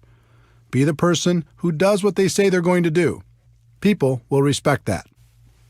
I sold real estate the year before I got involved in network marketing. My father and his partner owned the company. One day I was in the office and a gentleman by the name of Chuck Aycock showed up for a 10 a.m. meeting with my dad. It was 9:55 a.m., and my dad wasn't in the office yet. I greeted Chuck and told him I was sure my dad would arrive soon. At 10 a.m. exactly, Chuck got up and said, "It's 10 o'clock. Your dad isn't here. Have him call me if he wants to reschedule the meeting." I couldn't believe it. He came all the way to the office just to leave 30 seconds after the appointment? I told him, "Mr. Aycock, I'm sure he'll be here any minute. There's no need to leave." And then he told me something I never forgot. He said, "Son, you are either early or you are late. He's late, and my time is valuable. Have him give me a call if he'd like to reschedule." And he left. My dad showed up at 10:10 a.m. expecting to meet Chuck. I told him what happened, and he was as stunned as I was. My dad wasn't habitually late or anything. That particular morning, he was just a little casual with his time. He rescheduled the appointment, and I noticed over the years that my dad was always early for his appointments with Mr. Aycock. What's the lesson in this story? For me, the lesson was that people respect a person who does what they say they're going to do. People also respect a person who values their own time. If you say you're going to follow up at a specific time or in a specific way, either do it or reschedule well ahead of your appointment. Concept number 2. The only reason to have an exposure is to set up the next exposure. When I got started, I would conclude every exposure by saying, "What do you think?" No one told me that was one of the worst things to do. It felt like a natural thing to say, but my results were terrible. I asked one of my early mentors for help, and he said, "Eric, the only reason to have an exposure is to set up the next exposure." That blew my mind. I thought the reason to have the exposure was to get the person signed up. He went on to explain that if you finish each exposure by setting up the next one, the prospect will eventually become educated on the opportunity and make an informed decision. The goal in my mind changed from getting the prospect on the first exposure to just keeping the process alive by setting up the next follow-up exposure, then the next, and the next until they made a decision. When I made this small improvement, my results improved dramatically. We talked earlier about how to professionally invite your prospect to take a look at what you have to offer. At the end of that process, we went through several steps to set up the next exposure, meaning your follow-up call. That was your next appointment. When you make that call, you're going to ask them if they reviewed the material. They'll say, "No, I didn't," or they'll say, "Yes, I did." Let's talk about how you'll set up the next exposure in both cases. If they say no, they didn't have a chance to review the material, it's important you don't show your displeasure at their lack of follow-up. It sounds funny, but a lot of people just jump on their prospects with, "I thought you said you'd be able to see it for sure." Obviously, this won't help build that good relationship you're working on. The best way to respond is, "That's okay, I understand sometimes life gets busy. When do you think you could do it for sure, for sure?" You might say, for sure is a little much, but I've used that for decades in this follow-up situation, and I do it because it works. In any case, use whatever language you'd like to use to set up the next time and walk through the same steps to get the commitment. Once you have it, including the date and the time of the next call, the next exposure, then hang up and call them when you said you would. If you call them at the scheduled time and they still haven't reviewed the material, just repeat the process until they do. Remember, they are setting up the appointment, and you are being the professional by following up like you said you would. If you call the prospect and they say yes, they've reviewed the material, you're going to ask them a few intelligent questions. First, you're not going to ask, "What do you think?" This just invites the critical part of the prospect's mind to come up with objections to try to sound smart. The best follow-up question I've ever used is, "What did you like best?" This question will take you in a very positive direction and will give you clues as to the level of their interest. If they say the product, then your next exposure will probably be product-related. If they say financial freedom, then your next exposure will probably be opportunity-related. Another great question to ask is, on a scale of 1 to 10, with 1 being zero interest and 10 being ready to get started right away, where are you right now? With this question, anything over 1 is good. It says they have some interest. Most of the time, you'll get something like a 5 or a 6. No matter what number they give you, all you're going to do is ask them how you can help them get to a higher number. Usually that answer will go along the lines of how they answered, "What did you like best?" If the answer is very positive and the number is fairly high, you can go directly into the closing process. We'll cover that in the next section. If it isn't an obvious green light, then you just schedule the next exposure. They might want to try the product, so you help them do that and set up a follow-up date, a time to call them, and check on the experience, the next exposure. They might want to understand the compensation plan, so you set up a time to get together and review it, the next exposure. They might want to talk with their spouse, so you send them home with materials they can share with their spouse and set up a date and time when you'll follow up, the next exposure. Whatever it is, you never finish one exposure without setting up the next one. Never. If you do, it's over. That's what used to happen to me at the beginning. I would have someone look at the opportunity. When they'd done that, I'd say, "So, what do you think?" They'd usually mumble something like, "I'll let you know," or "I'll get back to you," or "I need to think more about it," or something similar. And poof, they were gone. Then when I tried to call them back, I was just bothering them. The whole thing felt uncomfortable.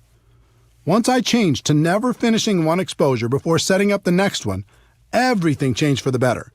I was being professional. I was in control. The prospect had more respect for me and for the opportunity. All of this happened from this one small change in mindset. Concept number 3. It takes an average of 4 to 6 exposures for the average person to join.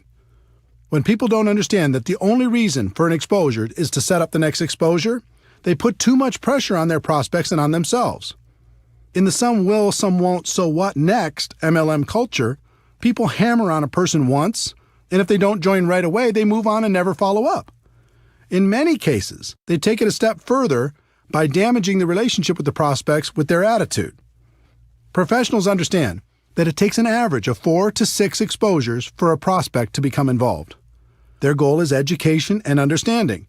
It's hard to educate someone in one exposure, so they take them from exposure to exposure to exposure, knowing it will eventually sink in. Through that process, they also build a stronger relationship with the prospect. They strengthen the friendship. That helps build trust, and people enjoy working with people they like. 4 to 6 exposures is an average, which means that for every person who joins on the first exposure, there's going to be a person who takes more than 10 exposures to join.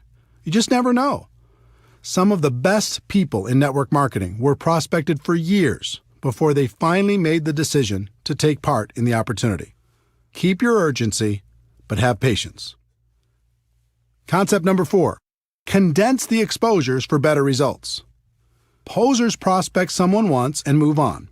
Amateurs prospect someone through several exposures over time. Professionals condense those exposures into the shortest time possible. People are busy. They're constantly distracted by life. When you're approaching them to take a look at something new, it's important to keep their interest. The best way to do that is to stack the exposures as closely as possible. If you go slow, you might start by having them check out a video, then a few weeks later have them listen to a conference call, then a month later have them attend a webinar, then after another month, invite them to a 3-way phone call with you and another distributor. This slow process is difficult because between each exposure, they tend to get distracted by life. It can almost be like starting over every time. On the other hand, if you have them check out a video, then join a conference call, then try the product, then get on a webinar, then participate in a 3-way call, then come to a live meeting, or whatever combination of exposures you use in your company and do it all in 1 week, you give them the opportunity to really think about how this could change their lives. Questions and objections. At every step in the recruiting process, you'll come across questions and objections. This is natural. A lot of the time, your prospect will just be bringing them up to sound intelligent. They don't want to seem easy, so they throw out objections to feel better. How you respond is extremely important. If you act defensive, you'll plant a seed of doubt in their minds. If you act offensive, you'll chase them away. Remember, our goal is education and understanding. It's not to win an argument. Our job is to help blind people see. When someone brings up a negative question, or if they offer you an objection, all they're really doing is helping you to identify one of their blind spots. It's helpful to know what these are so you can assist your prospects in eliminating them. I'm going to give you some specific tactics to help overcome objections, but the thing I want you to remember and spend more time focusing on are concepts. Tactics come and go. Concepts are timeless. I found that objections fall into one of 2 categories. The first is the prospect's limiting belief in their abilities. They aren't sure they can be successful. The second is a limiting belief in network marketing. They aren't sure network marketing will help them achieve their goals in life. For both categories, one of the best concepts is empathy, how you relate to people. And the best way I know to relate to people is to let them know you're just like they are. You had the same doubts, the same questions, the same fears, and you overcame them. Believe it or not, your story and the stories of others will do more for you in overcoming objections than anything else. There's an old tactic called feel, felt, found. It works with the concept of empathy. When a prospect offers an objection, you respond with, "I know how you feel. I felt the same way. But here's what I found." You can use that quite literally and with great success. You can also modify it based upon your story and your prospect. When prospects have a limiting belief in their abilities, the common objections in this category are, "I don't have the money. I don't have the time. It's not my thing. I'm not a salesperson. I don't know anyone." Or "I'm too old, too young, have no experience," etc. Some people teach fancy approaches where you make yourself seem smart and the prospect seems stupid. "You don't have any money? Do you have a cable bill? Do you have a cell phone? Do you ever go out to dinner? You have lots of money. Come on, wake up." Or, "You don't have the time? How long do you want to have that reality in your life?" You have to change if you want your life to change. How does it feel when you hear that? How would it feel if someone were to say it to you? Pretty bad, right? A better approach is to relate to the person and tell your story. When a person tells me, I just don't have the money right now, I respond, I had the same exact challenge. I didn't have enough money to pay my bills, let alone start a new business. But when I thought about it, I realized if I didn't have enough money to pay my bills now, how was I going to change that in the future? I was tired of being behind. I was tired of scrambling. I wanted more out of life. So you know what I did? I found a way. And it was the best decision I ever made. Let me ask you something. If you really felt this was a chance for you to take control of your financial future, do you think you could find a way to make it happen? 9 times out of 10, they would agree they could find a way. Again, forget the exact words and focus on the concept. I told them I was the same as they were, with the same objection. I told them about my pain, and I told them I found a way to solve it. As a result, we bonded. We related to each other. We were in the same boat with the same hopes and dreams. And if I didn't have a personal story that would compare with theirs, I would tell another person's story. There are plenty of stories inside your company that can relate to virtually every situation.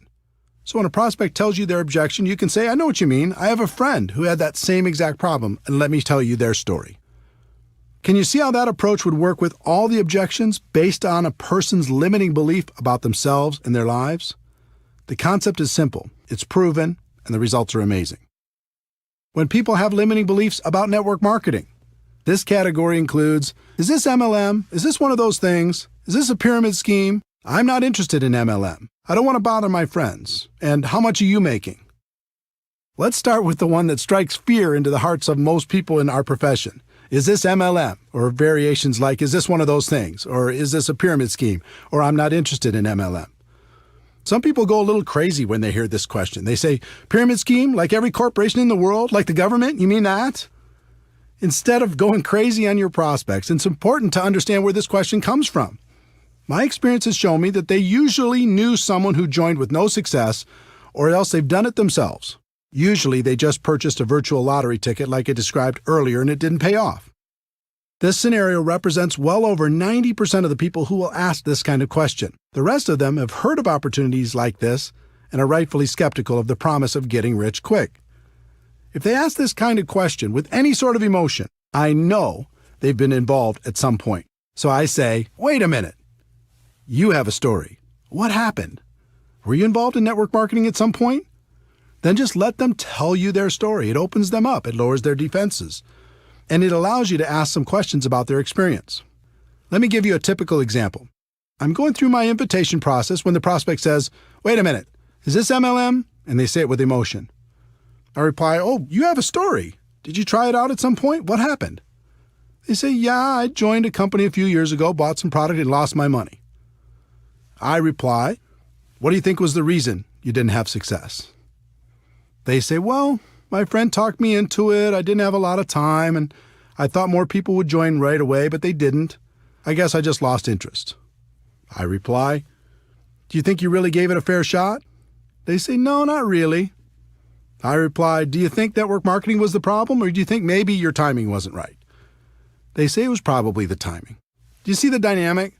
I've had thousands of these conversations, and they're all slightly different. But if you ask some questions and are friendly through the process, you have a strong opportunity to help them get rid of their blind spot and take a look at what you have to offer. In addition, you can relate to them by saying you had the same objection initially and telling them how you overcame it. If someone uses the word pyramid with me, I always say, oh no, pyramid schemes are illegal, and I would never be involved with something illegal. For people asking this with emotion attached, I usually respond with, yes, this is network marketing. Do you know anything about it? Again, I'm asking questions and waiting for answers. From those answers, I ask more questions, and through the process, I can achieve my goal of education and understanding. I don't want to bother my friends is slightly different. Again, I relate to them by telling my story or somebody else's story, and then I ask questions like, what makes you think you'd be bothering your friends? If you truly believed in the product, would you let your friends know about it? And if I could show you how we can share this product with others without it feeling or sounding like a sales pitch, would that help you? The last in this category is, how much are you making? If you're making money already, this is a great question. If you're not, your answer depends on how long you've been involved. If you're brand new, you can tell them you're just getting started. If you've been around for a while and not making big money yet, You can tell them you're working part-time and are really excited about your future. You could also say that you're excited about your future with this company because you knew things weren't going to change if you didn't do something to change them. The other way to answer it is to tell your story and then tell stories of people you know who are making good money. You can even suggest setting up a phone conversation with those people so they can feel more comfortable about the opportunity. All of this takes practice, but if you get the concepts down, you'll find it becomes easy. And the other thing that should encourage you is you'll only have this handful of the same objections for the rest of your career. There's nothing new here. What I've listed in this section is about all there is. Remember, our goal is education and understanding.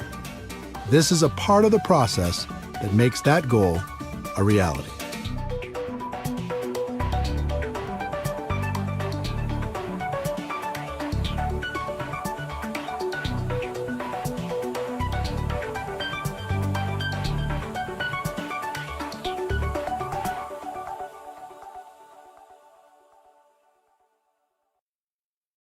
Chapter 8. Skill number 5. Helping your prospects become customers or distributors. This skill is a natural byproduct of following up professionally. If you walk through exposure after exposure, our goal of education and understanding will be accomplished. But that doesn't mean the prospect will come out and ask you for an order form or an application. It's your job to get them to a decision. The key to success in this area is a combination of having good posture and asking good questions. Good posture means the way you carry yourself. Your words and actions will help your prospect feel more confident about joining your opportunity, or they'll plant seeds of doubt. In my early years, my posture was terrible. I was trying to get people instead of pursuing the nobler goal of education and understanding. And the prospects could feel my intentions. I was very emotionally attached to the outcome. You could even say I was needy. Every time I got to this part of the process, I really wanted it. Again, the prospect could feel my emotional attachment, and that usually scared them away. Through lack of results and without even realizing it, I started to assume people were not going to be interested. And that assumption started to seep into everything, which led to the predictable result of the prospect not joining. Most of the time, I wasn't properly prepared. I didn't have applications, startup materials, or whatever else was necessary. Think about the subconscious impact this had on my prospects. It seemed just about everything I did projected a lack of belief and a lack of professionalism. Instead of asking questions and listening intently to the answers, I just talked and talked and talked. I was more focused on being interesting than being interested. Prospects don't like that. No one does. So again, I followed the pattern of modeling the professionals. I watched what the best closers did and began to copy them. I interviewed the top performers to figure out what they did differently, and slowly, I started to see the flaws in my own approach. First, I learned that professionals are emotionally detached from the outcome. In other words, their goal is education and understanding while helping a prospect make a decision that would positively impact their lives. They're the opposite of needy. They aren't trying to get anybody. They are honestly just trying to help. Second, they're very assumptive in their approach. They expect the person to join because their belief that the opportunity would benefit the prospect is so strong. They're rock solid. Many of them are sincerely shocked when a person decides not to get involved. Third, it was interesting to learn they promoted themselves as much as they promoted the product or the opportunity. What I mean by that is they helped the prospect make the decision by saying, "You get me." When they promoted themselves, it isn't like, "I'm going to do everything for you." It was more like, "We have a great product and a great opportunity, but I'm going to take this thing to the top and we can do it together." This gives people great comfort in knowing that they don't have to learn everything on their own. Fourth, they are always prepared. Always. They have everything they need to get a person started right on the spot. And fifth, they ask question after question after question and are great listeners. They act like a consultant helping a person with a problem. The best consultants in the world have to ask a bunch of questions before they can offer a solution. Network marketing professionals use questions as their most powerful tool. As you can imagine, it took me a while to figure all of this out, and that was just half the battle. It's one thing to have the information, and it's another thing to put it into action. I wasn't as talented as the pros, but I could model what they did, so I just started to act like they acted. I acted emotionally detached. I really wasn't at the beginning. I started to act very assumptive, that people would join. I really wasn't at the beginning. I started to tell people, and you get me, even though I didn't think that was such a huge benefit at the beginning. I was always prepared. I started to ask lots of questions, focusing more on being interested than interesting. And as time went on, I acted less and less and believed more and more. The same can happen for you. Let's talk about questions. If you were a consultant and your job was to figure out if an opportunity was a good fit for your client, what would you do? You'd ask questions, right? In working to help a prospect make a positive decision about your opportunity, you're going to do the same thing. But instead of asking, "What did you think?" which leads nowhere, learn to ask questions that lead in a positive direction. Did it make sense to you? What did you like best about what you just saw? Pretty exciting, isn't it? Can you see how this could be an opportunity for you? Of these examples, the one I use most is, what did you like best? The answer to that question is almost always positive, and it gives you clues as to the area in which they're most interested. Then I like to say, let me ask you a question on a scale of 1 to 10, with 1 meaning you have 0 interest and 10 being you're ready to get started right now. Where are you? They'll give you a number. And it's usually obvious from their number that they either need more information before they'll make a decision or they're leaning towards getting started now. If you feel they need more information, just guide them to the next exposure that will help them the most. But if you feel they're ready to get started, then ask a series of 4 questions. This 4-question close has produced strong and consistent results over the course of my career. If you learn it and use it, you'll be amazed at how many people you can help. Question number 1. Based upon what you've just seen, if you were to get started with this company on a part-time basis, approximately how much would you need to earn per month in order to make this worth your time? Instead of asking this question, most distributors say things like, "How'd you like to make $10,000 a month?" Don't do that. Instead of prescribing what you think they want, just ask them what it would take to make it worth their time and wait for their answer. Question number 2. Approximately how many hours could you commit each week to develop that kind of income? Now they have to go inside their head and check their mental calendar to see how much time they would invest to get that kind of money. Question number 3. How many months would you work those kind of hours in order to develop that kind of income? This question makes them think about their level of commitment if they want the income from question number 1. Question number 4. If I could show you how to develop an income of, their answer to question number 1, per month, working, their answer to question number 2, hours a week over the course of, their answer to question number 3, months, would you be ready to get started? Most of the time, you'll get a positive answer to this question. And when people say, "Sure, show me how," you can pull out your compensation plan and sketch out a reasonable game plan to achieve their goals. There are rare occasions when people will give you unrealistic numbers. They might say they want $10,000 a month working 2 hours a week for 1 month. Doesn't happen often, but it does happen. If you face that situation, you act as a consultant and say, "I'm sorry, but your expectations are way too high. You can get to $10,000 a month, but it'll take more hours and more months than you're willing to commit. If you're willing to change those expectations, we can talk." If you don't get a positive answer to the 4 questions, that's okay. That means the prospect will need to have more exposures before they're ready. Schedule the next one and repeat this process when you're done. This skill will take practice, but it's a skill that will serve you for the rest of your career. If you're tired of having too many people thinking about it and not enough taking action, this will help.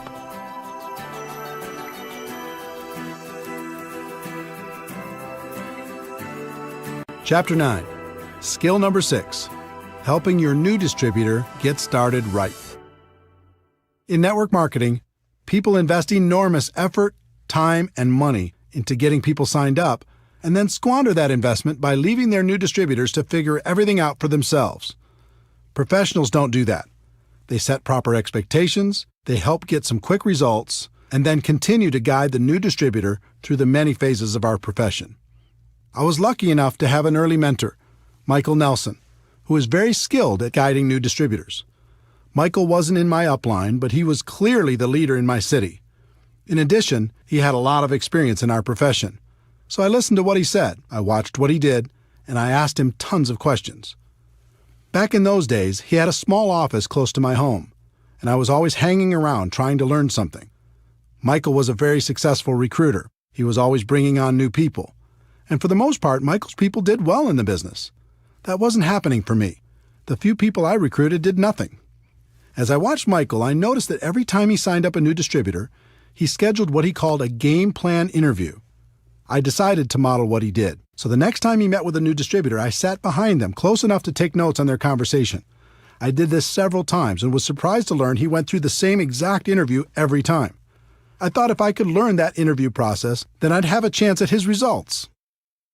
Game plan interview, part 1. He validated their decision to become a distributor. He said things like, "Congratulations on making the decision. I'm proud of you for taking charge of your life. From now on, things are going to be different for you and your family." It always took less than 5 minutes, but by the end of their discussion, any doubt they may have had about becoming a distributor was gone. They felt great. Game plan interview, part 2. He set their expectations. He knew most people came into our business with unrealistic expectations, so he always said the same 3 things. If you succeed in this business, it's going to be you who creates that success, not me. And if you fail in this business, it's going to be you who creates that failure, not me. You're going to be the difference between success and failure. I'm here to guide you every step of the way, but I can't do it for you. I'm here to work with you, but not for you. Wow, this was a radical concept and so different from the conversations I had when I got a person started. I said things like, "I get paid from what you produce, so essentially I work for you." Well, what kind of expectation do you think that set in the new distributor's mind? I'd also say, "We are going to build a business together," when that wasn't really true. They needed to build a business. I could be a resource, but I couldn't do it for them. The next thing he said was, "My job is to help you become independent from me as quickly as possible. Do you agree that that's a good goal?" Again, this was radical, but it made sense. Up to that point, I had a group that was extremely dependent on me. They only did something when I pushed. But Michael had a group that produced on their own without his constant help. He had duplication and freedom. I didn't. This set the relationship up, so Michael would be the teacher for his group and not the slave. He could show them the skills, and then they could independently build from that point forward. The third thing he said was, "There will certainly be ups and downs as you build your business.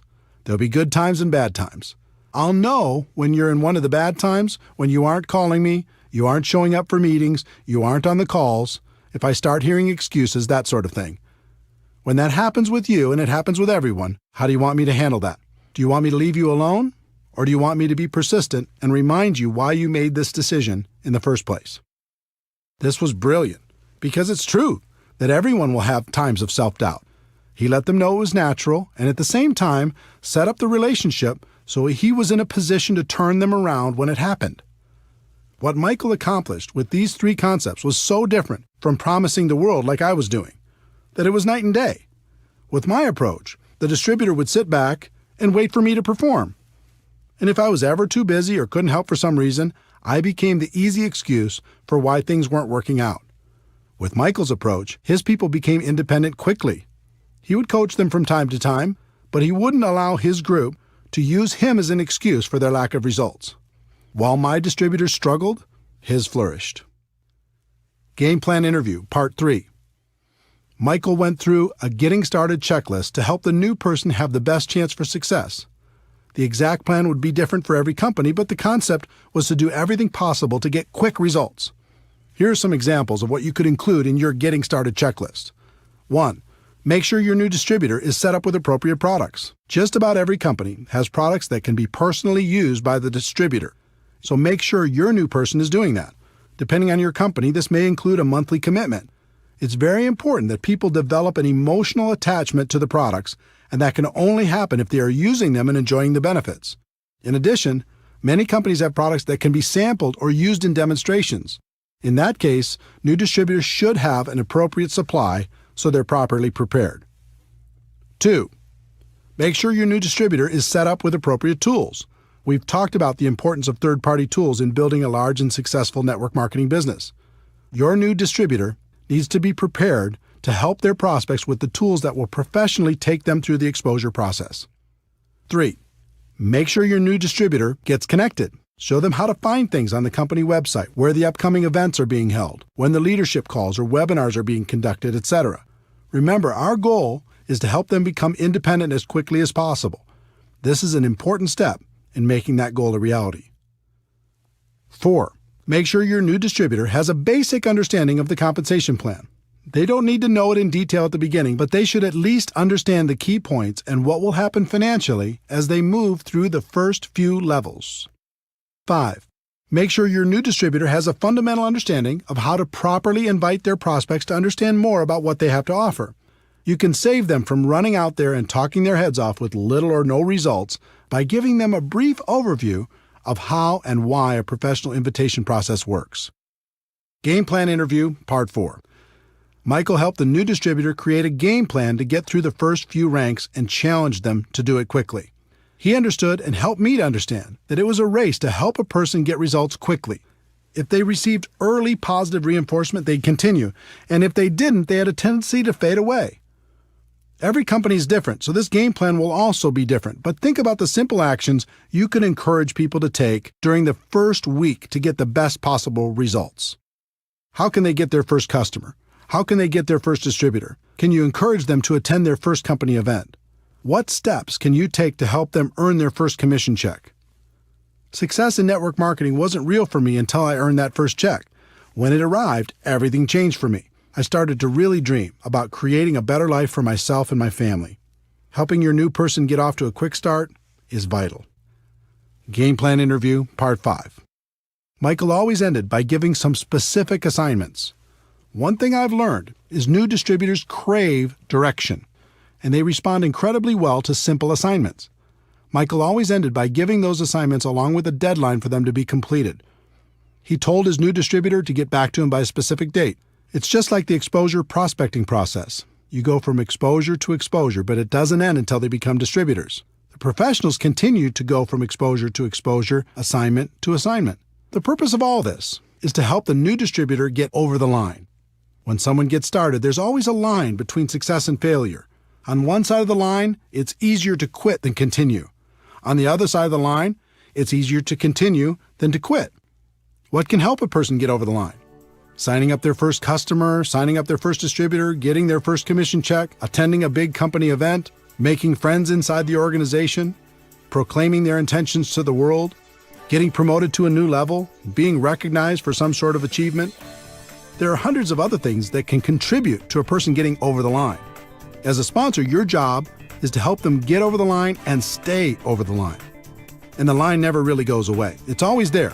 And you as a leader need to be constantly aware of where your people are emotionally. This way you can continue to encourage them to never let go of their dreams.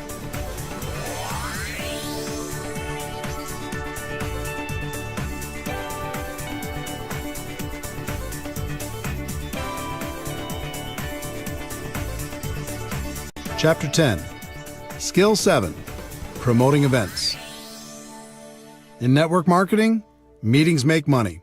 It's just that simple. Yes, technology can help us connect with people in ways that are becoming more and more efficient, but nothing replaces face-to-face interaction. Meeting people one-on-one, in small groups, or at local or bigger events will have a huge impact on the long-term success of any network marketing organization. But one particular type of event is the most powerful, and that is the destination event. It might be a company-sponsored event or one put on by your upline leadership, but a destination event is one where most of the attendees travel to a different city, stay at a hotel, and participate in a conference or convention. Some try to argue that the destination event is dead in the new technology world and people won't travel for these things anymore. All I can tell you is those people aren't top earners in our profession. If you study what the successful people do to build their network marketing organizations, you'll find that virtually every one of them uses destination events as a cornerstone for building their business. There's something magical about getting away from your day-to-day grind and focusing completely on your dreams.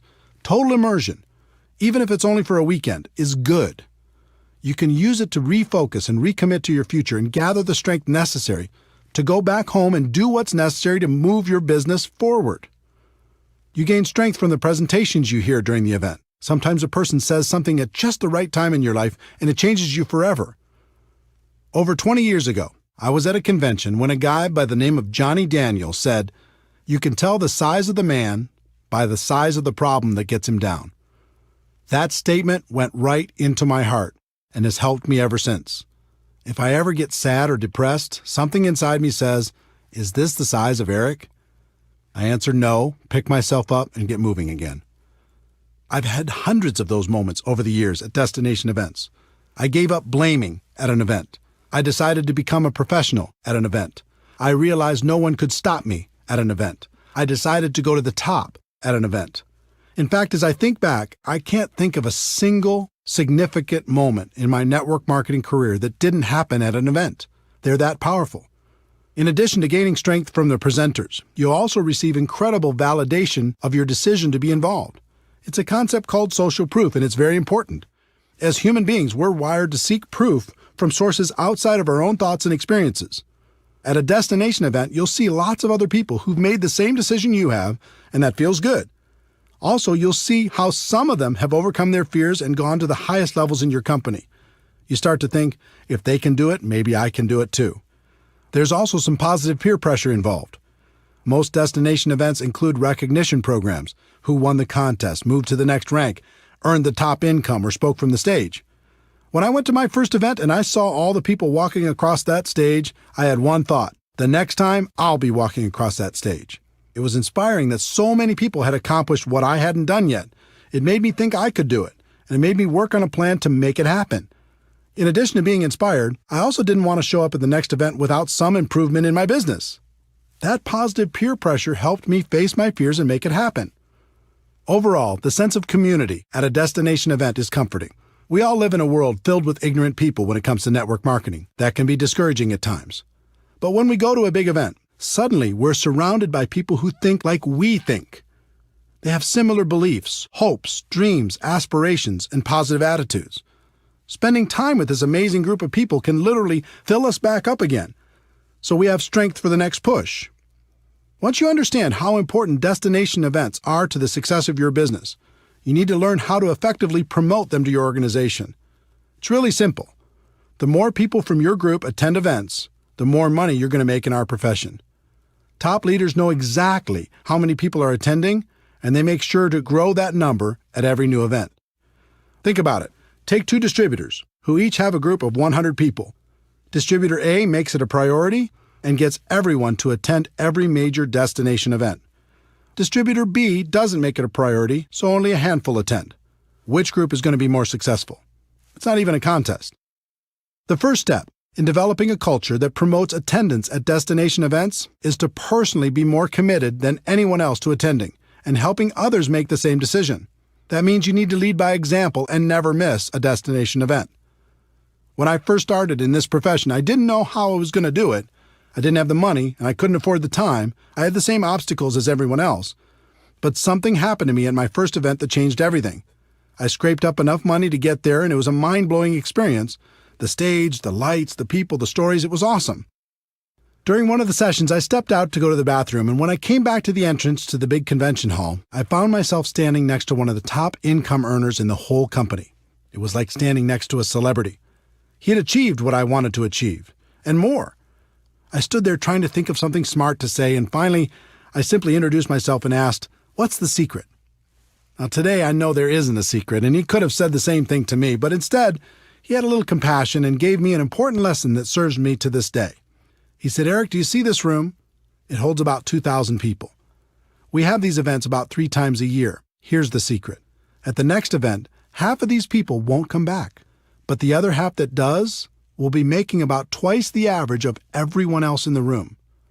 Your job is to be in the 1,000 people who come back." And it doesn't stop there. At the next event, half of those 1,000 won't come back, but the 500 who do will be making 4 times the amount of the average in the room. This continues from event to event. If you continue to come back, you'll end up being among the highest paid people in the room, and eventually, you'll even find yourself presenting on stage. I said, "That's it?" And he replied, "Eric, obviously you're going to have to continue to work on your skills in between events, but my experience has shown me that if you outlast people at our big events, you'll make it to the top." This was pretty simple for me to understand. I thanked him and made a resolution on the spot to never miss a big company event.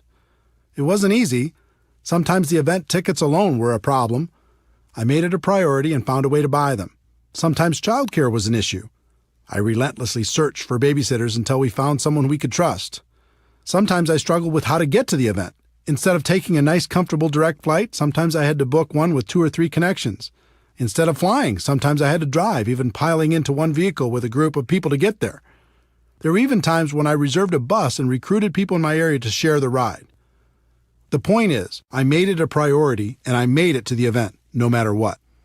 As for accommodations, today I stay in a suite, but it wasn't always that way. At the beginning, I often shared a room with as many people as possible. Instead of room service, we'd go to the local grocery store and get food for inexpensive meals. And the minibar was strictly off limits. Bottom line, the advice I received all those years ago worked. Because I was ambitious and hungry, I figured out a way to outlast the people who were less committed. And just like that top income earner had told me, my income continued to grow with each event. On top of that, another strange thing happened. I started to feel different than everyone else. I started to feel like an Iron Man. I started to be proud of the fact that I was still standing when other people lost faith. So if you're more committed than anyone else to attending the destination events, that all-important commitment will serve you very well. Once you're fully committed, the next step is to grow the number of people on your team that attend with you. Most people announce the next big event to their group, sit back, and hope people register. Professionals understand there's a big difference between an announcer and being a promoter. Promoters make the event a priority in their group. They are relentless with their message. They tell stories that inspire people to action. They take nothing for granted and don't rest until people have registered.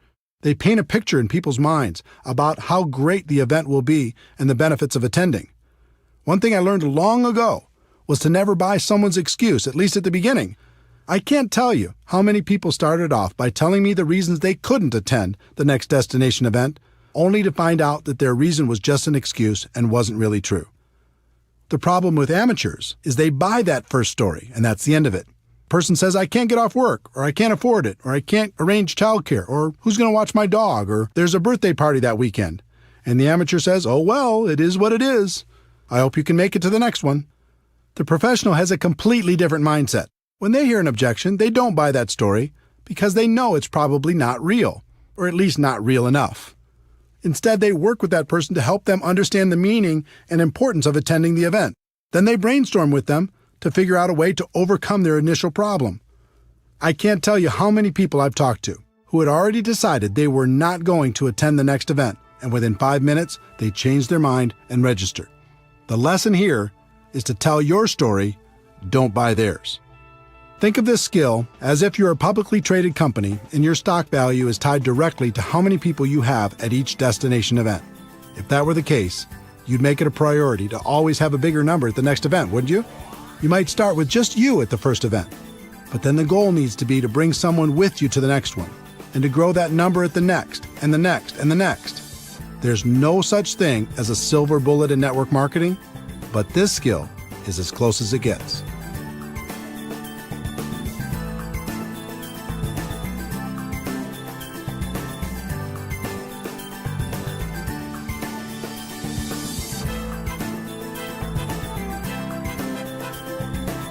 Chapter 11. Anything worthwhile takes time. If a person starts a traditional business, they expect to break even in their first year and possibly pay back their initial investment in the first 5 years. But when a person starts a network marketing business, they expect to get their money back in the first month, make a profit in their second month, and get rich by the third month. And when that doesn't happen, they blame network marketing. It's like people don't want the laws of the business world to apply to network marketing. We do have a better way, but we're not selling magic beans here. Anything of value takes time to develop. I learned a great lesson early in my network marketing career. From time to time in your life, your income might take a lucky jump. You might be in the right place at the right time. But if you don't quickly grow as a person to that new higher level, your income is going to come back down to the level of who you really are. In the end, you only get to make what you are. How many people do you know that hit it big and lost it all? I learned this lesson the hard way in my first few months in MLM. Back in 1988, I joined a company that had a $5,000 upfront package, which paid the sponsor between $1,200 and $2,400 depending on their level. Although I'm glad most of those big money packages have left our profession, back then a person could make some pretty big money fast. In my first month with that company, I earned approximately $7,400. If you remember, my strategy was to quickly call my dad's friends before he could get to them. I was ecstatic. In my second month, I earned about $12,200. Unbelievable. But then reality kicked in.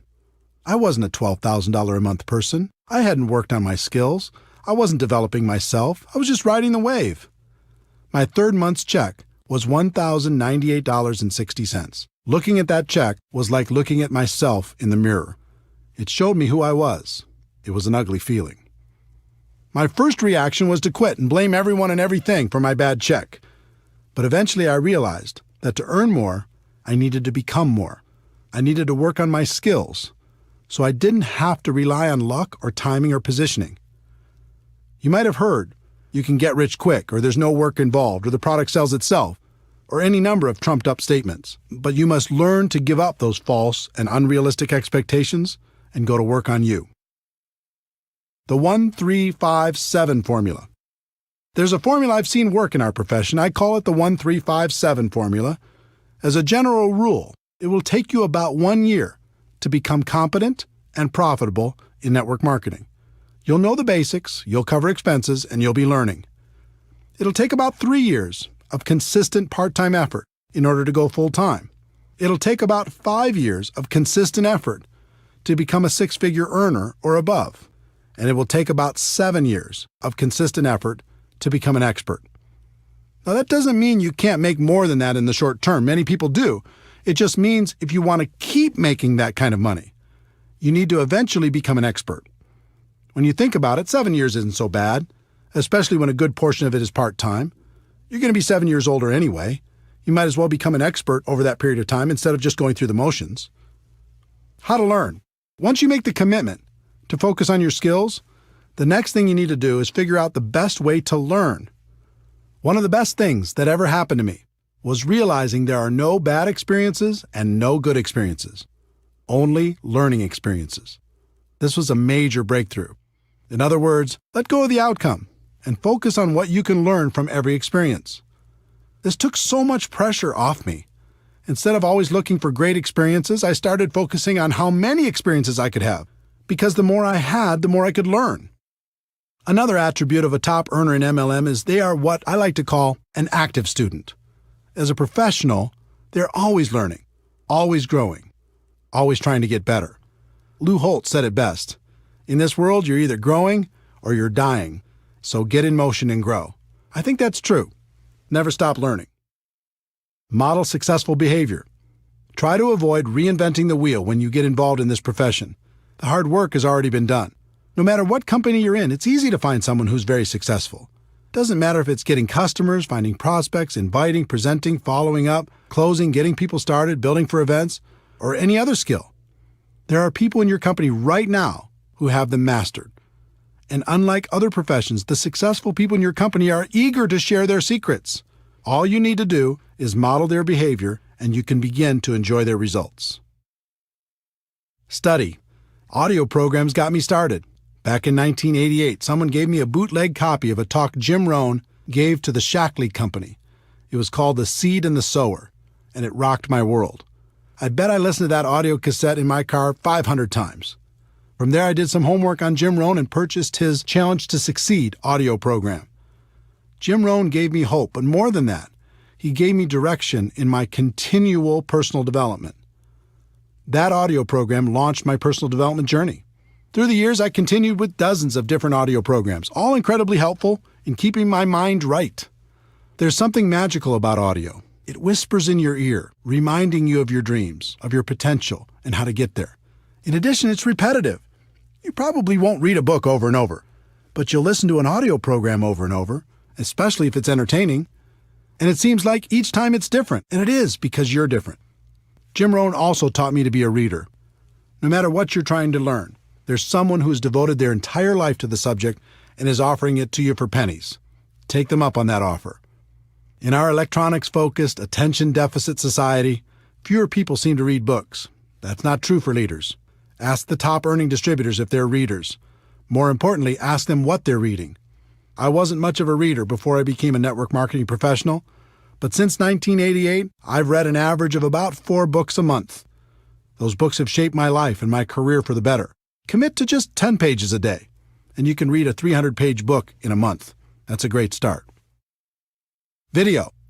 Video is another source of great learning. Sometimes I like to watch training programs instead of just listening. It's part of the reason I decided to use video as my main focus at networkmarketingpro.com. I found if I created a short video with interesting information every day, people receive tremendous value. If you'd like to check out hundreds of free videos, you can go to networkmarketingpro.com. It's free. Online. The internet has changed the way we learn and gather information. You can take advantage of online tutorials, watch online videos, attend online webinars, or even watch events live with streaming technology. Events. The best way I know to really internalize life-changing information is to attend live events. As I've already told you, most of my defining moments have come from events. On one side, there's always good information for a person who's listening. On the other side, when you eliminate all of the other distractions in life and just focus, like you do at an event, you have a chance to really hear. Both sides are good. Be careful of distractions. With all of the choices available to you in terms of studying your craft, now more than ever, you must be careful about what you allow into your mind. People everywhere will try to distract you with their latest and greatest breakthrough, and it can be very tempting to jump at all those opportunities. You should be focused on a very narrow range of skills: finding prospects, inviting, presenting, following up, closing, getting people started right, and promoting events. Make sure you master those skills before adding anything else to your to-do list. Take action. Almost all of the learning in MLM is in the doing. If you want to learn how to talk to people on the phone, then talk to more people on the phone. If you want to learn how to do a home presentation, then do more home presentations. You'll certainly figure it out. That doesn't mean you shouldn't continue to seek knowledge on the skill sets for success in MLM, but it does mean you shouldn't wait for complete knowledge before taking action. Part of the reason people avoid taking action is they're afraid they'll be embarrassed. If you want to be successful in network marketing, you must learn to set that fear aside. Here's why. It's very difficult to look good and get better at the same time. Instead of being afraid of how you look as you're learning and growing, be afraid of not taking action and living a life at a fraction of your potential.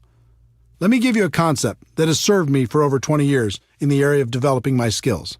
Back in the early 1990s, a friend and I were searching for a great network marketing product. We traveled the country and met with many interesting people. Our journey led us to an organization in Michigan called the High Scope Educational Research Foundation. They had a progressive and proven way to teach children how to learn more effectively. High Scope has many components, but the one that struck me then is the one I've used to this day, called Plan, Do, Review. Here's how the company explains the process. In the Plan, Do, Review process, children make plans, carry them out, and reflect on what they have done. In doing so, children learn to take initiative, solve problems, work with others, and accomplish their goals. Their play becomes more purposeful and focused. By making Plan, Do, Review a successful and integral part of your classroom's daily routine, you'll learn how you can promote learning and build on children's interests and intrinsic motivation. When I heard what they were saying on how to use it as a teaching tool for children, the only thing that was rolling around in my mind was how I could use it for myself and the people in my organization. While things didn't work out for turning the High Scope product into a network marketing product, I'll be forever grateful to their organization for helping me and hundreds of thousands of people all over the world to use this concept to build a better business. Here's how I've used and taught the concept for over 20 years now. Choose a skill you want to develop. 1. Make a plan. 2. Do your plan. 3. Review your results to see how you could do better next time. Most people don't make a plan. They just charge out there and do. Even more people never review their results to see how they could improve. Do you see how this connects with no good experiences and no bad experiences, only learning experiences? 1. Make a plan. 2. Do your plan. 3. Review your results, good or bad, to see how you could do better next time. 4. Make a better plan. 5. Do that better plan. 6. Review those results, good or bad, to see how you could do better next time. 7. Never stop applying Plan, Do, Review, and you'll eventually become an expert through trial and error. This little secret to learning in MLM is one of the most powerful I've shared. It's become part of my DNA. I hope the same happens for you. Teaching. Would it surprise you to know that teaching is one of the best ways to learn? It's true. If you want to really master something, teach it to others. Teaching burns a groove in your brain like nothing else can. Who do you think gets the most benefit from the daily video shows at networkmarketingpro.com? I do. I have to think about it, prepare, and present the message every day, so it helps keep me sharp and on top of my game. The lesson for each of you should be to find someone to teach. Even if you just have one person in your group, start there. And as your group grows, look for more and more opportunities to teach. You'll get the most benefit. Your associations. This is another important lesson from Jim Rohn. He taught me the law of association that says you'll become the average of the 5 people you spend the most time with. You'll think how they think, act how they act, talk how they talk, and earn how they earn. Let me tell you something. This law is real. You can't fight it. I've done 3 things over the course of my career when it comes to my associations. First, I've disassociated with the people who are toxic to my life. This isn't an easy decision, but it's an important one. Some people will keep you down permanently. Second, I've limited my associations with negative people or people who weren't helping me grow in the direction of my dreams. I just learned to spend less time with those people and more time on positive influences. And third, I've worked to expand my associations with people who can help me become a better person and a better professional.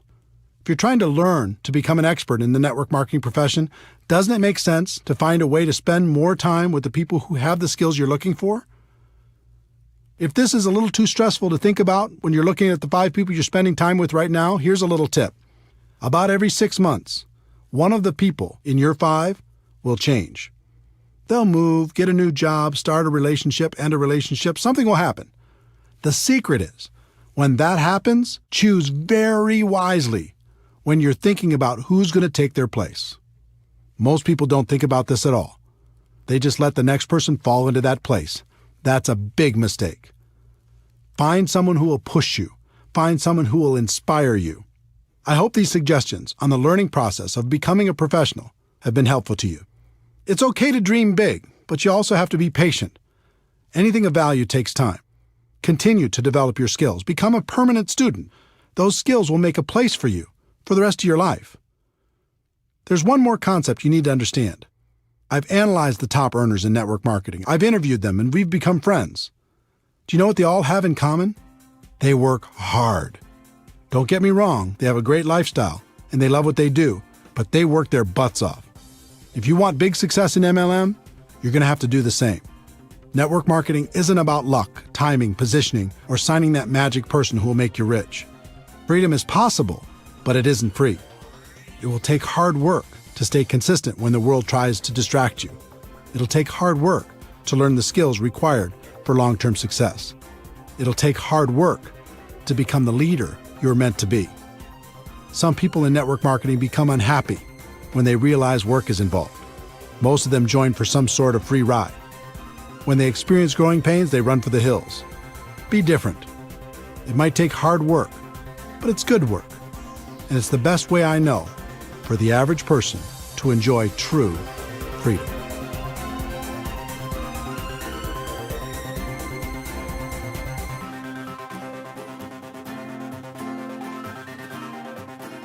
Chapter 12. It's all worth it. Network marketing can be challenging. It's an emotional experience. The ups and downs can be dramatic. But in the end, for so many reasons, it's all worth it. The career you'll create. If you decide to become a network marketing professional, you'll not only create an income for yourself, but you'll create a career. I think about this a lot. Consider the skills required to be a doctor, a lawyer, a big company CEO, or even a world-class musician. You're talking about a high level of skill and a fairly high level of income. Now consider the skills necessary to become a network marketing professional. They're tiny in comparison. And yet many network marketing professionals enjoy a higher level of income and most certainly a higher degree of freedom. If you look at any career, there's a barrier of entry, how hard it is to get in, and a long-term benefit, what you get if you do get in. For example, a doctor might have 12 years of school plus an internship. That takes intelligence some of us don't have, money some of us don't have, or even possibly contacts some of us don't have. At the end, they get to enjoy a long-term benefit, although many of them would say the benefit wasn't worth the investment. There's always a ratio between the barrier of entry, and the long-term benefit. There's no question in my mind that of all the professions in the world, the profession of network marketing has the best ratio when you compare the low barrier of entry with the high long-term return. One of the best decisions in my life was making a career out of network marketing instead of just messing around. Becoming a professional made all the difference, and now it's great fun to spend a good portion of my time helping other people do the same thing. The freedom you'll enjoy. Freedom is an interesting word. When it comes to work, I think we understand the concept, but not the entire meaning. For me, freedom means having choices. It means living the life I want to live instead of the life other people want me to live. Do you remember the imagination you had as a child? Imagine your life without limits. You wake up when you're done sleeping. You're doing work that is fulfilling and makes you happy. You get to work with people you enjoy. You don't have to compromise all the time. You work when you feel like working, but you also play when you feel like playing. You get to spend tons of time with the people who are important to you. You're living a big life and not wasting away in a box. When you get a clear picture of what freedom is about, you'll find the price you need to pay to achieve it in network marketing is very low. Facing your fears and living a life that's free is easy. Spending the rest of your days living half a life is hard.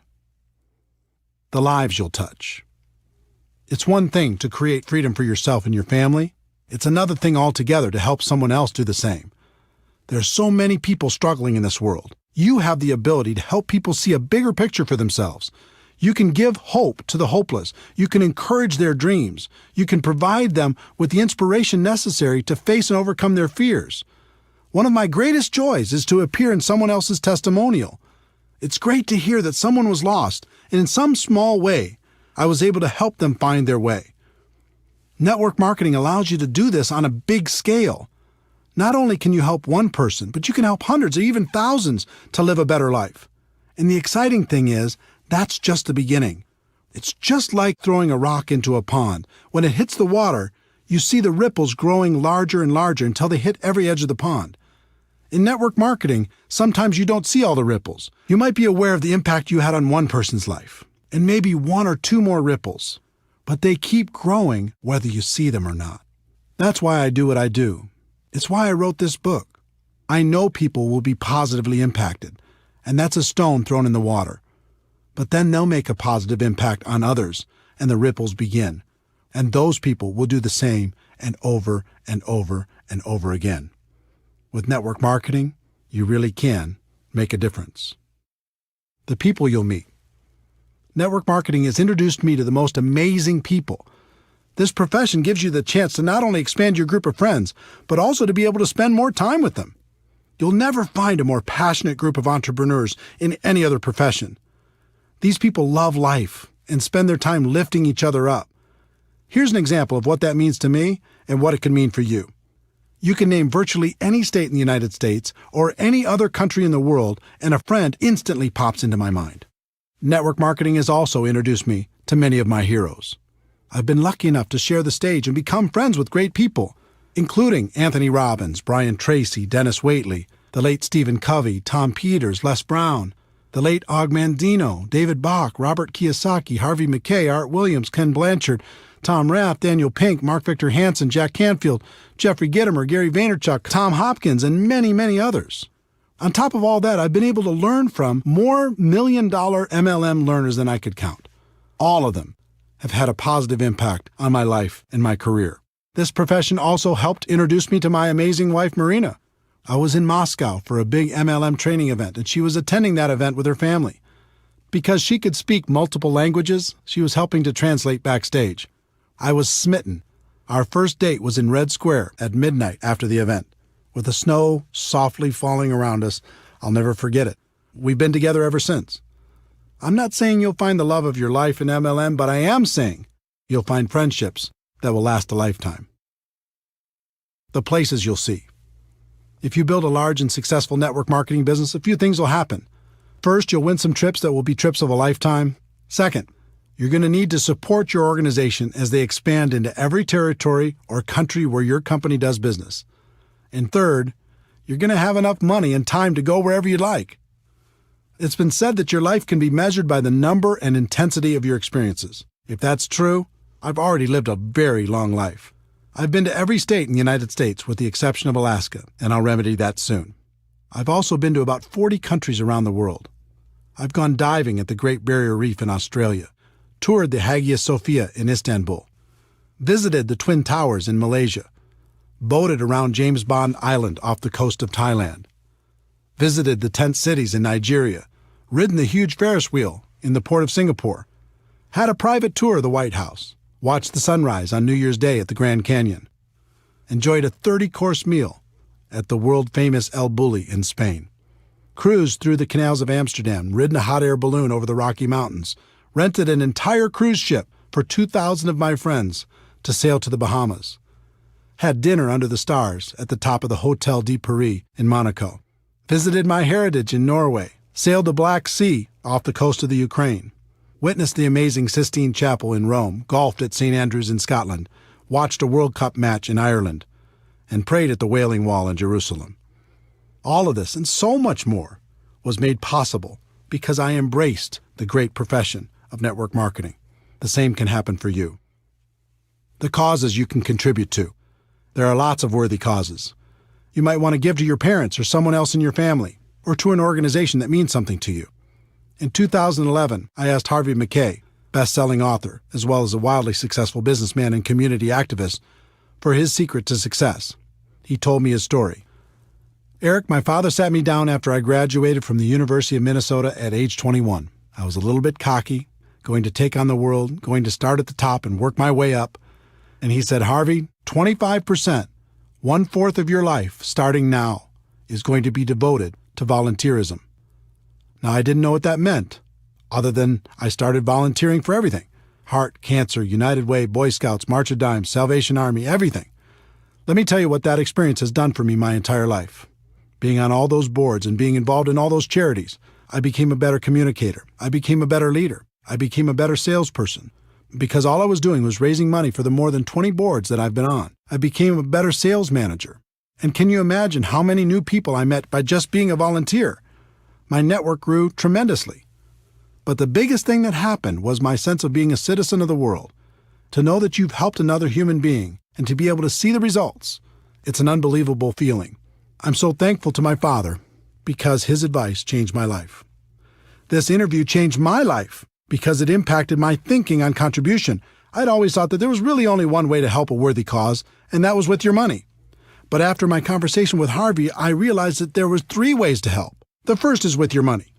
Of course, you can write a check, and that's wonderful. Network marketing can allow you to write bigger checks than you could ever imagine before. The second is with your time. Like Harvey said, you can dedicate a portion of your life to causes that are important to you. He chose 25%. You could choose whatever you'd like, but I'd encourage you to choose. And by time, I don't mean just volunteering a few hours here and there at the shelter or something.